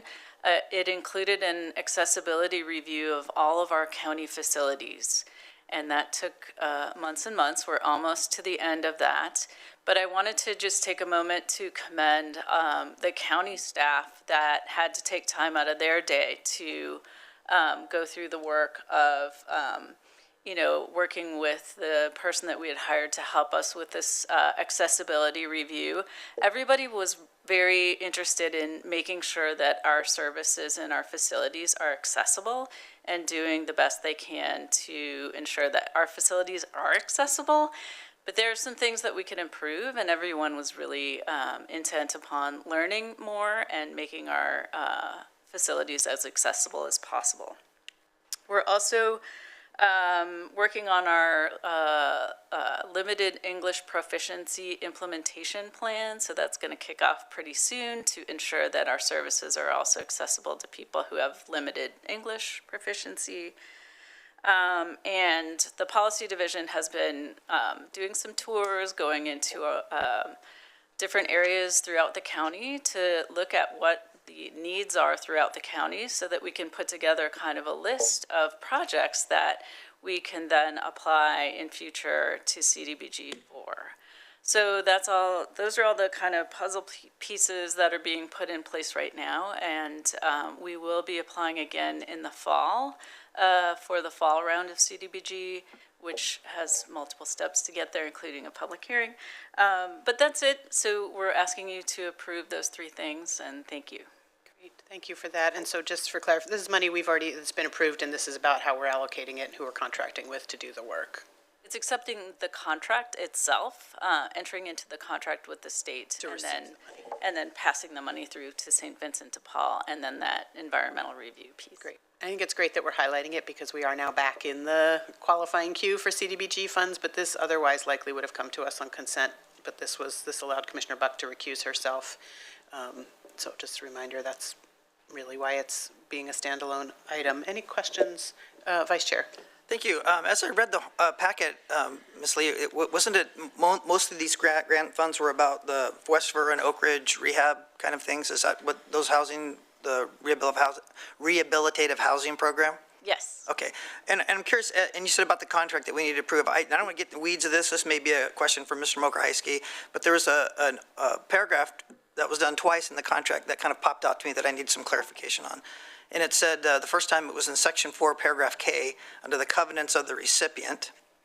And it said, the recipient has adopted and will enforce a policy prohibiting the use of excessive force by law enforcement agencies within its jurisdiction against any individuals engaged in nonviolent civil rights demonstrations. And it goes on to say that number 2, a policy of enforcing applicable state and local laws against physically barring entrance to or exit from a facility or location which is the subject of such nonviolent civil rights demonstrations within its jurisdiction in accordance with Section 101L of the Act. And I'm just curious, I'm wondering why that particular paragraph is in the contract. It feels really out of place. It's a requirement of the federal funds. I figured you'd have a simple answer for that. Yeah. It's been in these federal fund requirements for many, many, many years, and that is why it's there. So my question is, how do we enforce that? I mean, that's really, I mean, I don't, like I said, I didn't mean to get in the weeds. I just think the public needs to be aware that that was something that came up on my radar, and I'm certainly it's going to come up on somebody else's, is how do we prohibit the use of excessive force by law enforcement. It's a very subjective term we face these days. And it seems weird that it's in a rehabilitative housing contract that we're, so. Right. Just a question. And I believe that in speaking with the sheriff's office, they do have such a policy that is in place. And so I can't speak to how do you judge whether something is excessive or not, but the sheriff's office does have that policy in place. Well, good. My next question is on a more happier note. I just want to know about how many homes we're targeting, and if the county commissioners could actually go up and see some of that going on at some point, that would be really wonderful. I'd love to see some of that going on, and what people have went from and to would be really wonderful to see, because, obviously we see a lot of this paperwork come across our desk, but we don't really get to see firsthand the results. So I'd be really interested in seeing that. Totally. So thank you. It's about 19 homes. And I would agree, and I would like to come with you all because it's a really feel-good program, which I also administered a similar program in the city of Berkeley in California, and it's a great opportunity to get out there. Yeah. Yep. Commissioner Farr. Thank you, Chair. And, thanks for bringing this. We all love St. Vincent de Paul, the amazing things they've done. And I like to talk about St. Vincent de Paul when Terry McDonald's not here, because he does not like receiving compliments. And so when he's not here, I'd like to say that the now Executive Director Emeritus, Terry McDonald's done pretty wonderful things through the years. It's easy to tag along with them on a project like this because it really benefits so many people. I'd just like to talk about one thing that Terry McDonald did, and it's during the 2015-2016. We had an initiative on providing homes for veterans, and over the course of the 1 year, we provided 404 homes for veterans. St. Vincent de Paul was absolutely instrumental in making that happen, and Terry McDonald himself got personally involved in that. We had actually provided 404 homes for veterans. At the end of that, Michelle Obama, then First Lady Michelle Obama, invited me and Kitty Piercy to what it amounted to be a full day in the White House, spending the entire day with she and staff, celebrating the creation of the veterans' homes. Each of us, both the then Mayor Kitty Piercy and I, each were allowed to take one person with us to help celebrate. And I took, who was then City Manager John Rees, was my choice. And who did Mayor Kitty Piercy choose? Well, she chose Terry McDonald because of his tremendous work and his personal work. And Mr. McRice, I'm going to say this out loud right now. Without Mr. McDonald and without St. Vincent de Paul of Lane County, so many people would be without housing in this community. And it goes on. It's a gift that keeps on giving. And we have 19, did you say, in this particular? Only 19. 19's a lot for the 19 families that are going to be safely behind a front door. We can't talk strongly enough about the merits of St. Vincent de Paul of Lane County and of Terry McDonald personally. Thank you. I do have a procedural question where there are three of us up here, so we'll be voting on this. Does it take all three of us to pass this? Because we have two absent commissioners, so this needs to be a unanimous vote of the three present. Yes, okay, very good. Thank you. The only question I have is, and when you brought this to us to get approval to get back in the CDBG pipeline, and we talked about the limited English proficiency and the alternative language requirements, we have phenomenal work being done in our own developmental disability services division. Are you leaning on them quite a bit for the accessibility issues and the alternative language accessibility programs? Because I know they're doing a lot over there in DDS on those very things. So we have great in-house content expertise. That's a really good reminder to make sure that they're involved. We're going to have one representative from each department, but it may make sense to involve, a couple more people from H&HS, just given its size and the number of people it touches. So that's a good reminder. When it comes to the accessibility review that we just did, it was absolutely part of the work to look at that from a disability standpoint and think about people who had, vision impairments, and then also, I believe the woman that did the review was thinking about people who, for example, had autism and, the degree to which the spaces were overly stimulating and that sort of thing. So that was definitely part of that physical walkthrough, and we will keep it in mind for the LEP. Great, thank you. Yeah, I think that whole, as we move into greater awareness about what trauma-informed architecture and design looks like, and it can be around lighting and sight lines and colors and all those things, and similarly with folks on the autism disorder spectrum. So, but yeah, just a reminder that we have great resource right here in our DDS team. Thank you for that. Without any further Commissioner Farr. Actually, if I may, I would love to make the motion. Please. All right, thank you. Then I would like to move Order 2403-1903 in the matter of accepting a grant from Business Oregon for community development block grant funds and delegating authority to the county administrator to execute and administer a resultant contract with St. Vincent de Paul. And thank you, Ms. Lee. Well, second.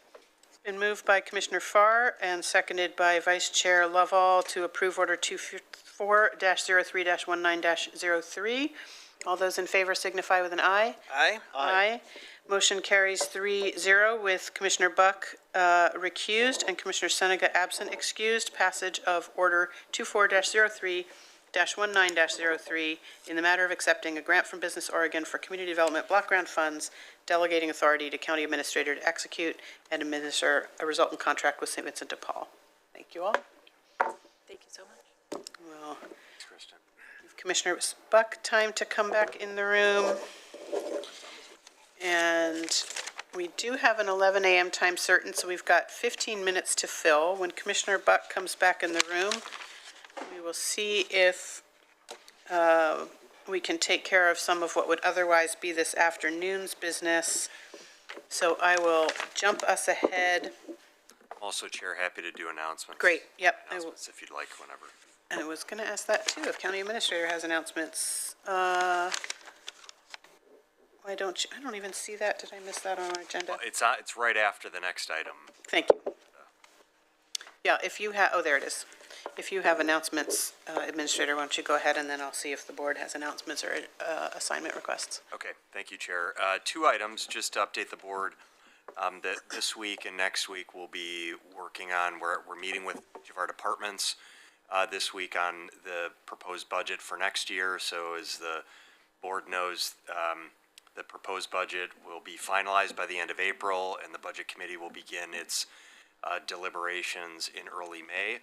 We have a really challenging budget for next fiscal year and the following fiscal year. We're looking at about over a $7 million structural imbalance in the general fund alone.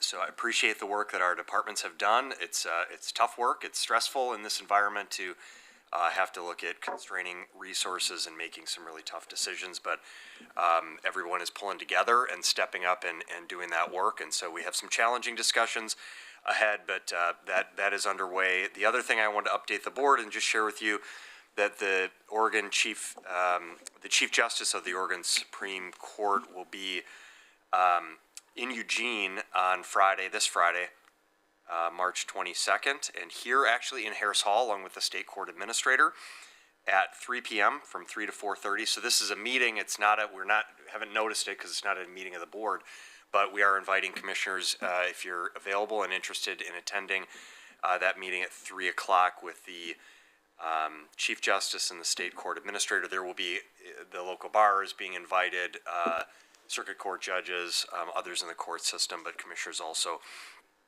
are welcome to attend that again, 3 p.m. on Friday here in Harris Hall. So those were my two updates, unless you have questions for me. Thank you. And we do actually, on the printed agenda, we did notice it not as one of our meetings, but just as an activity so that if a quorum is present and we're discussing things like community justice reinvestment or anything about the courts, we are covered for having noticed it. But thank you for the clarity. It's not our meeting, but it is a open to the public event that there may or may not be a quorum present for. Thank you for that. I will look to commissioners for announcements first. Any announcements from the board? I have a question on Mr. Mokraski's announcements. Just a quick one. I wouldn't ask this question if we didn't have a little bit of time, Ms. Mokraski. Ms. Dawson made a great presentation this morning. Where was Ms. Dawson before she came to Lane County?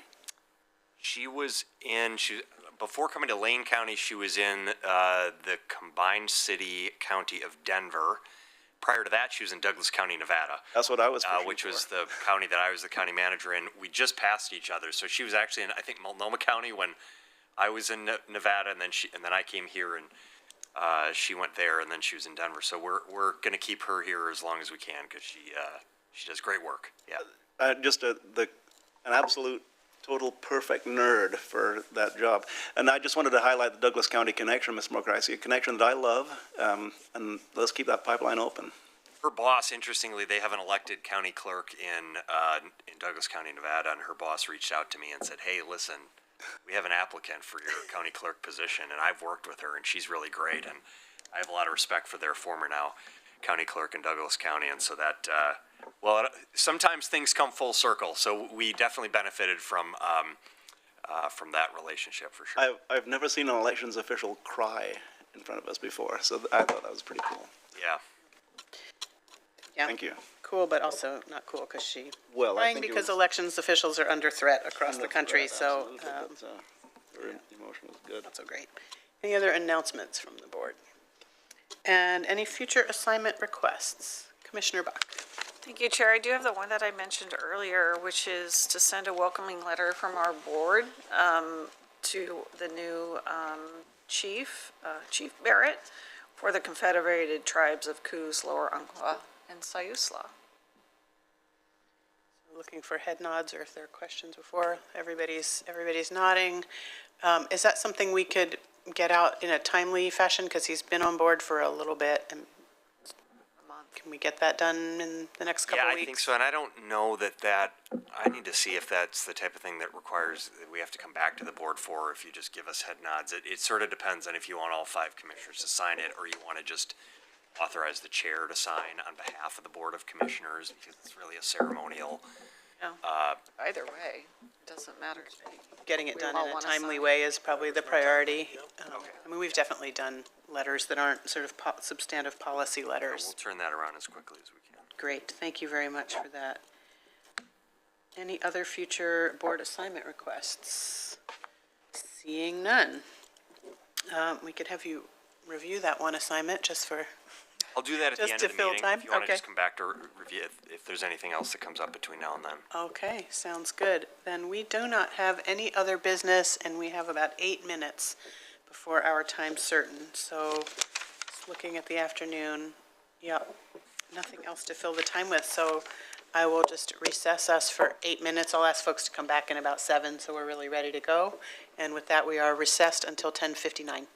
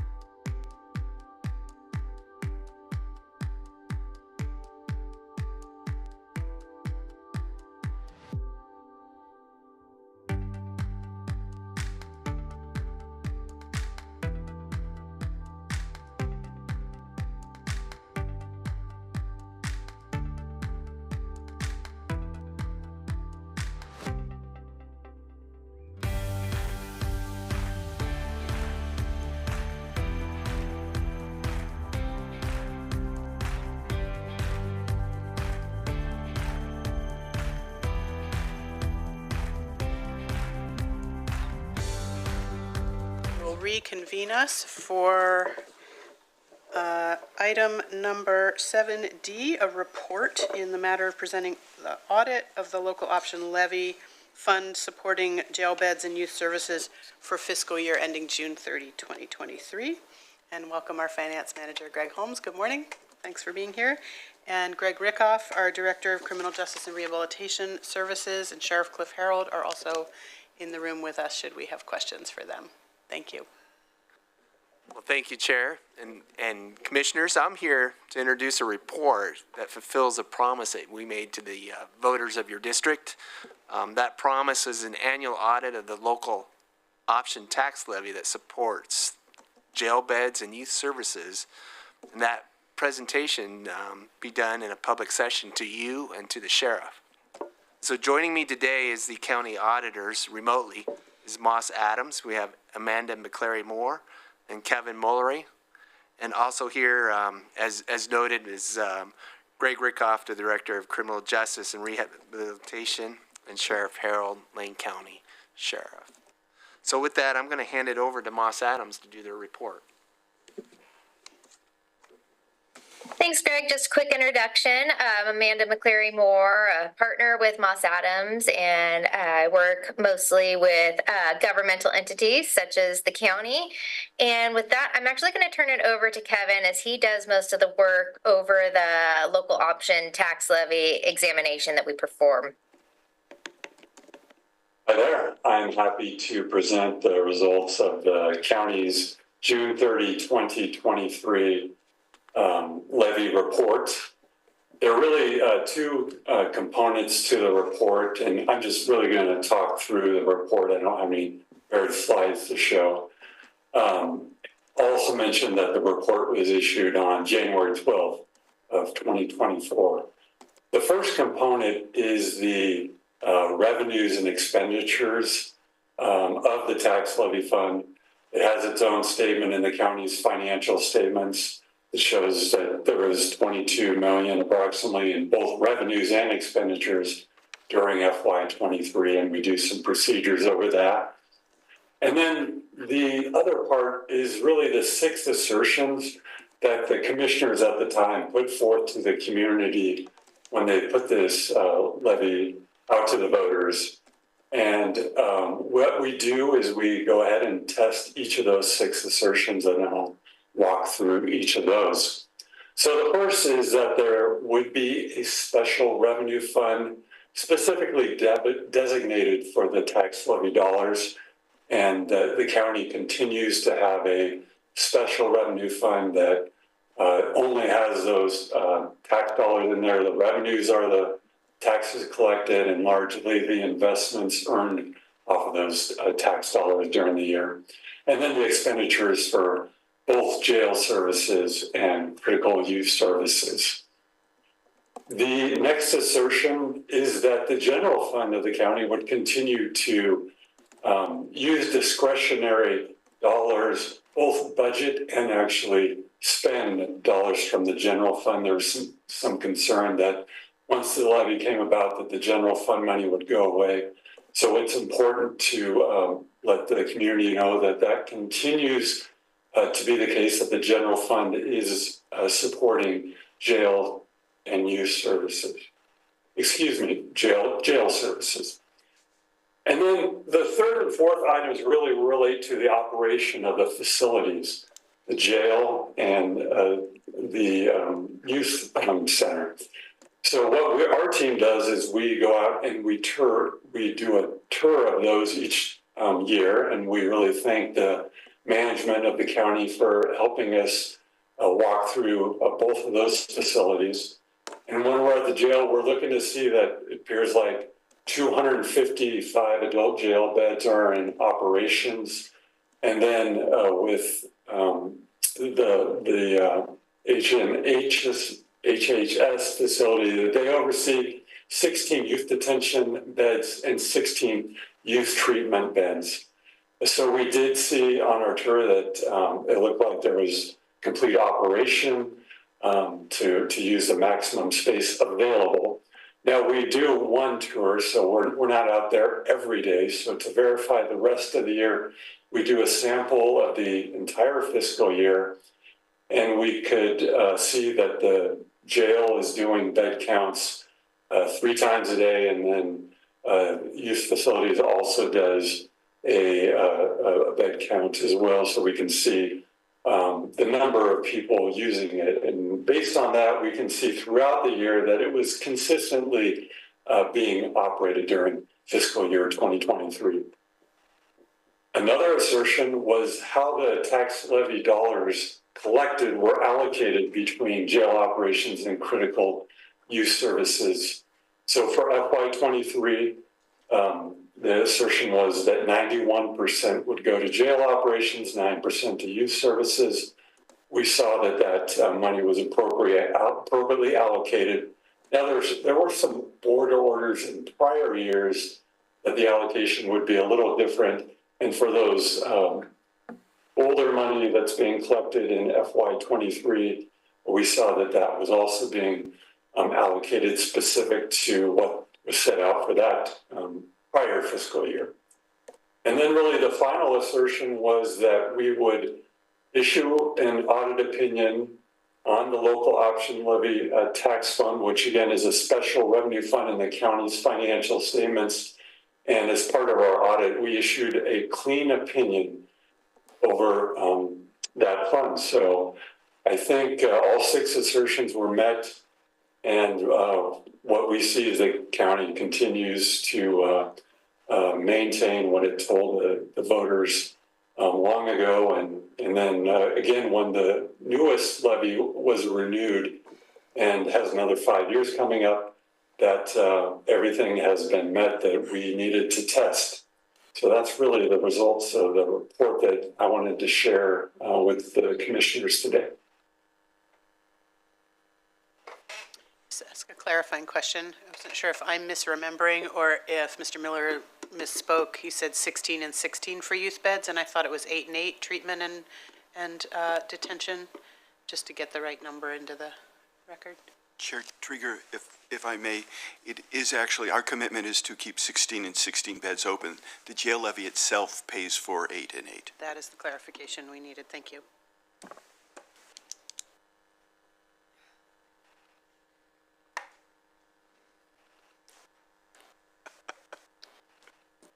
Good morning. Good morning, Chair Trieger and Commissioners. I just want to take a quick moment to make a couple of comments on this moment in this public meeting is so important. And for a couple of reasons, it was very important when this levy was first passed under Sheriff Tom Turner that this was part of the recipe to a successful levy because we hadn't had one, a successful levy in a number of tries.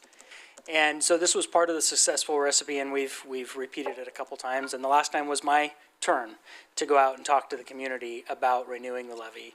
And at every one of those public meetings, I talked about the recipe and this being a part of it, that we would have an independent auditor that would take a look and confirm for the public in a public session to the commissioners and to the sheriff that we were doing what we promised the voters we would. And so we've done these every year now for a bunch of years, and so it almost feels rote. Because, of course, the audit says what we expect it to say because we're doing the work. But I just appreciate that we are taking a time each year to make good on that and to tell the public, just like we said we would, So this is a great meeting for me to get to attend each year, and I'm glad that I get to. Appreciate the work of our auditors each year on a consistent basis. And actually, I just learned something or hadn't thought through it before, and that is when we collect revenues from prior years under prior board orders. And it makes me think of Greg's folks and maybe the assessor's folks that have to keep track of that. I always oversimplify things, and this is the year it is, but they're collecting back money that has different rules. And so thankful we've got a bunch of good people that work here that keep track of all those things. I will maybe just foreshadow a little bit for the next audit. The board knows that we have the ARPA project, the ARPA-funded project at the jail, which will modernize our technology, and we're excited. We're working through that, and actual construction work is going to start happening in the jail, probably August or September. So that will require some shutting down of housing areas while we do that work. And so I had a meeting yesterday morning with my jail leadership team on how are we going to manage our population while we're bringing in new technology into the housing units, and specifically talking about a promise of 255 beds. And so we will absolutely make sure that we are operating a minimum of 255 beds. Regardless of this construction project, we will stage it out to make sure that we're making good on that promise. And so it'll be just a little variation for our auditors next year when they come in to look. We'll throw them a new thing. Well, they'll need to track and make sure that we did that so that they can report that out. And then lastly, I just want to share, I had a really, really encouraging visit last week and one the week before with individuals who are doing phenomenally well in life that credit the Lane County Jail with getting their lives turned around. And it's pretty phenomenal to get to be with them and see how great they're doing in life. One of them just got his PhD, and it's pretty phenomenal to get to connect with them, and they absolutely credit the fact that they were repeat visitors to the Lane County Jail, and that was part of their process to make a change in life and to do so well. So super encouraging to me. I hope that you enjoy and can be encouraged by that as well. And thanks for the time.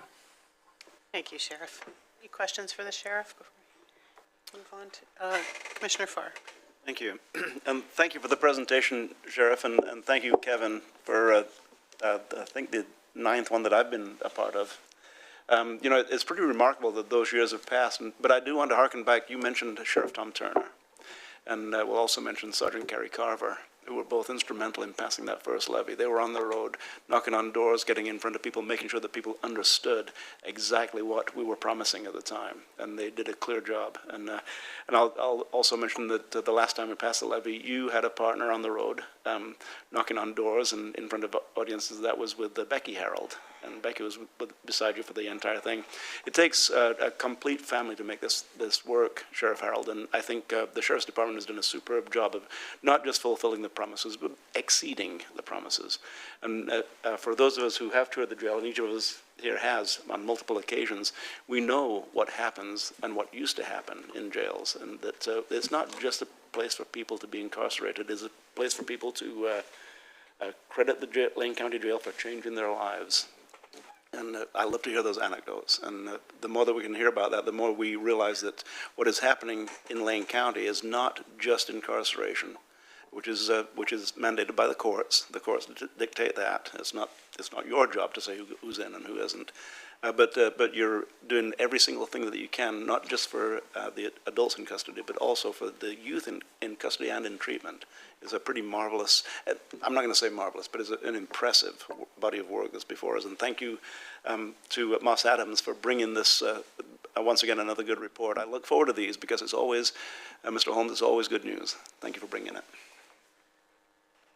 Vice Chair. Thank you, Chair. It's really encouraging to hear that Lane County keeps its word. That's really important to people these days. There's a lot of things going on around the world and the culture that people just doubt everything that comes out.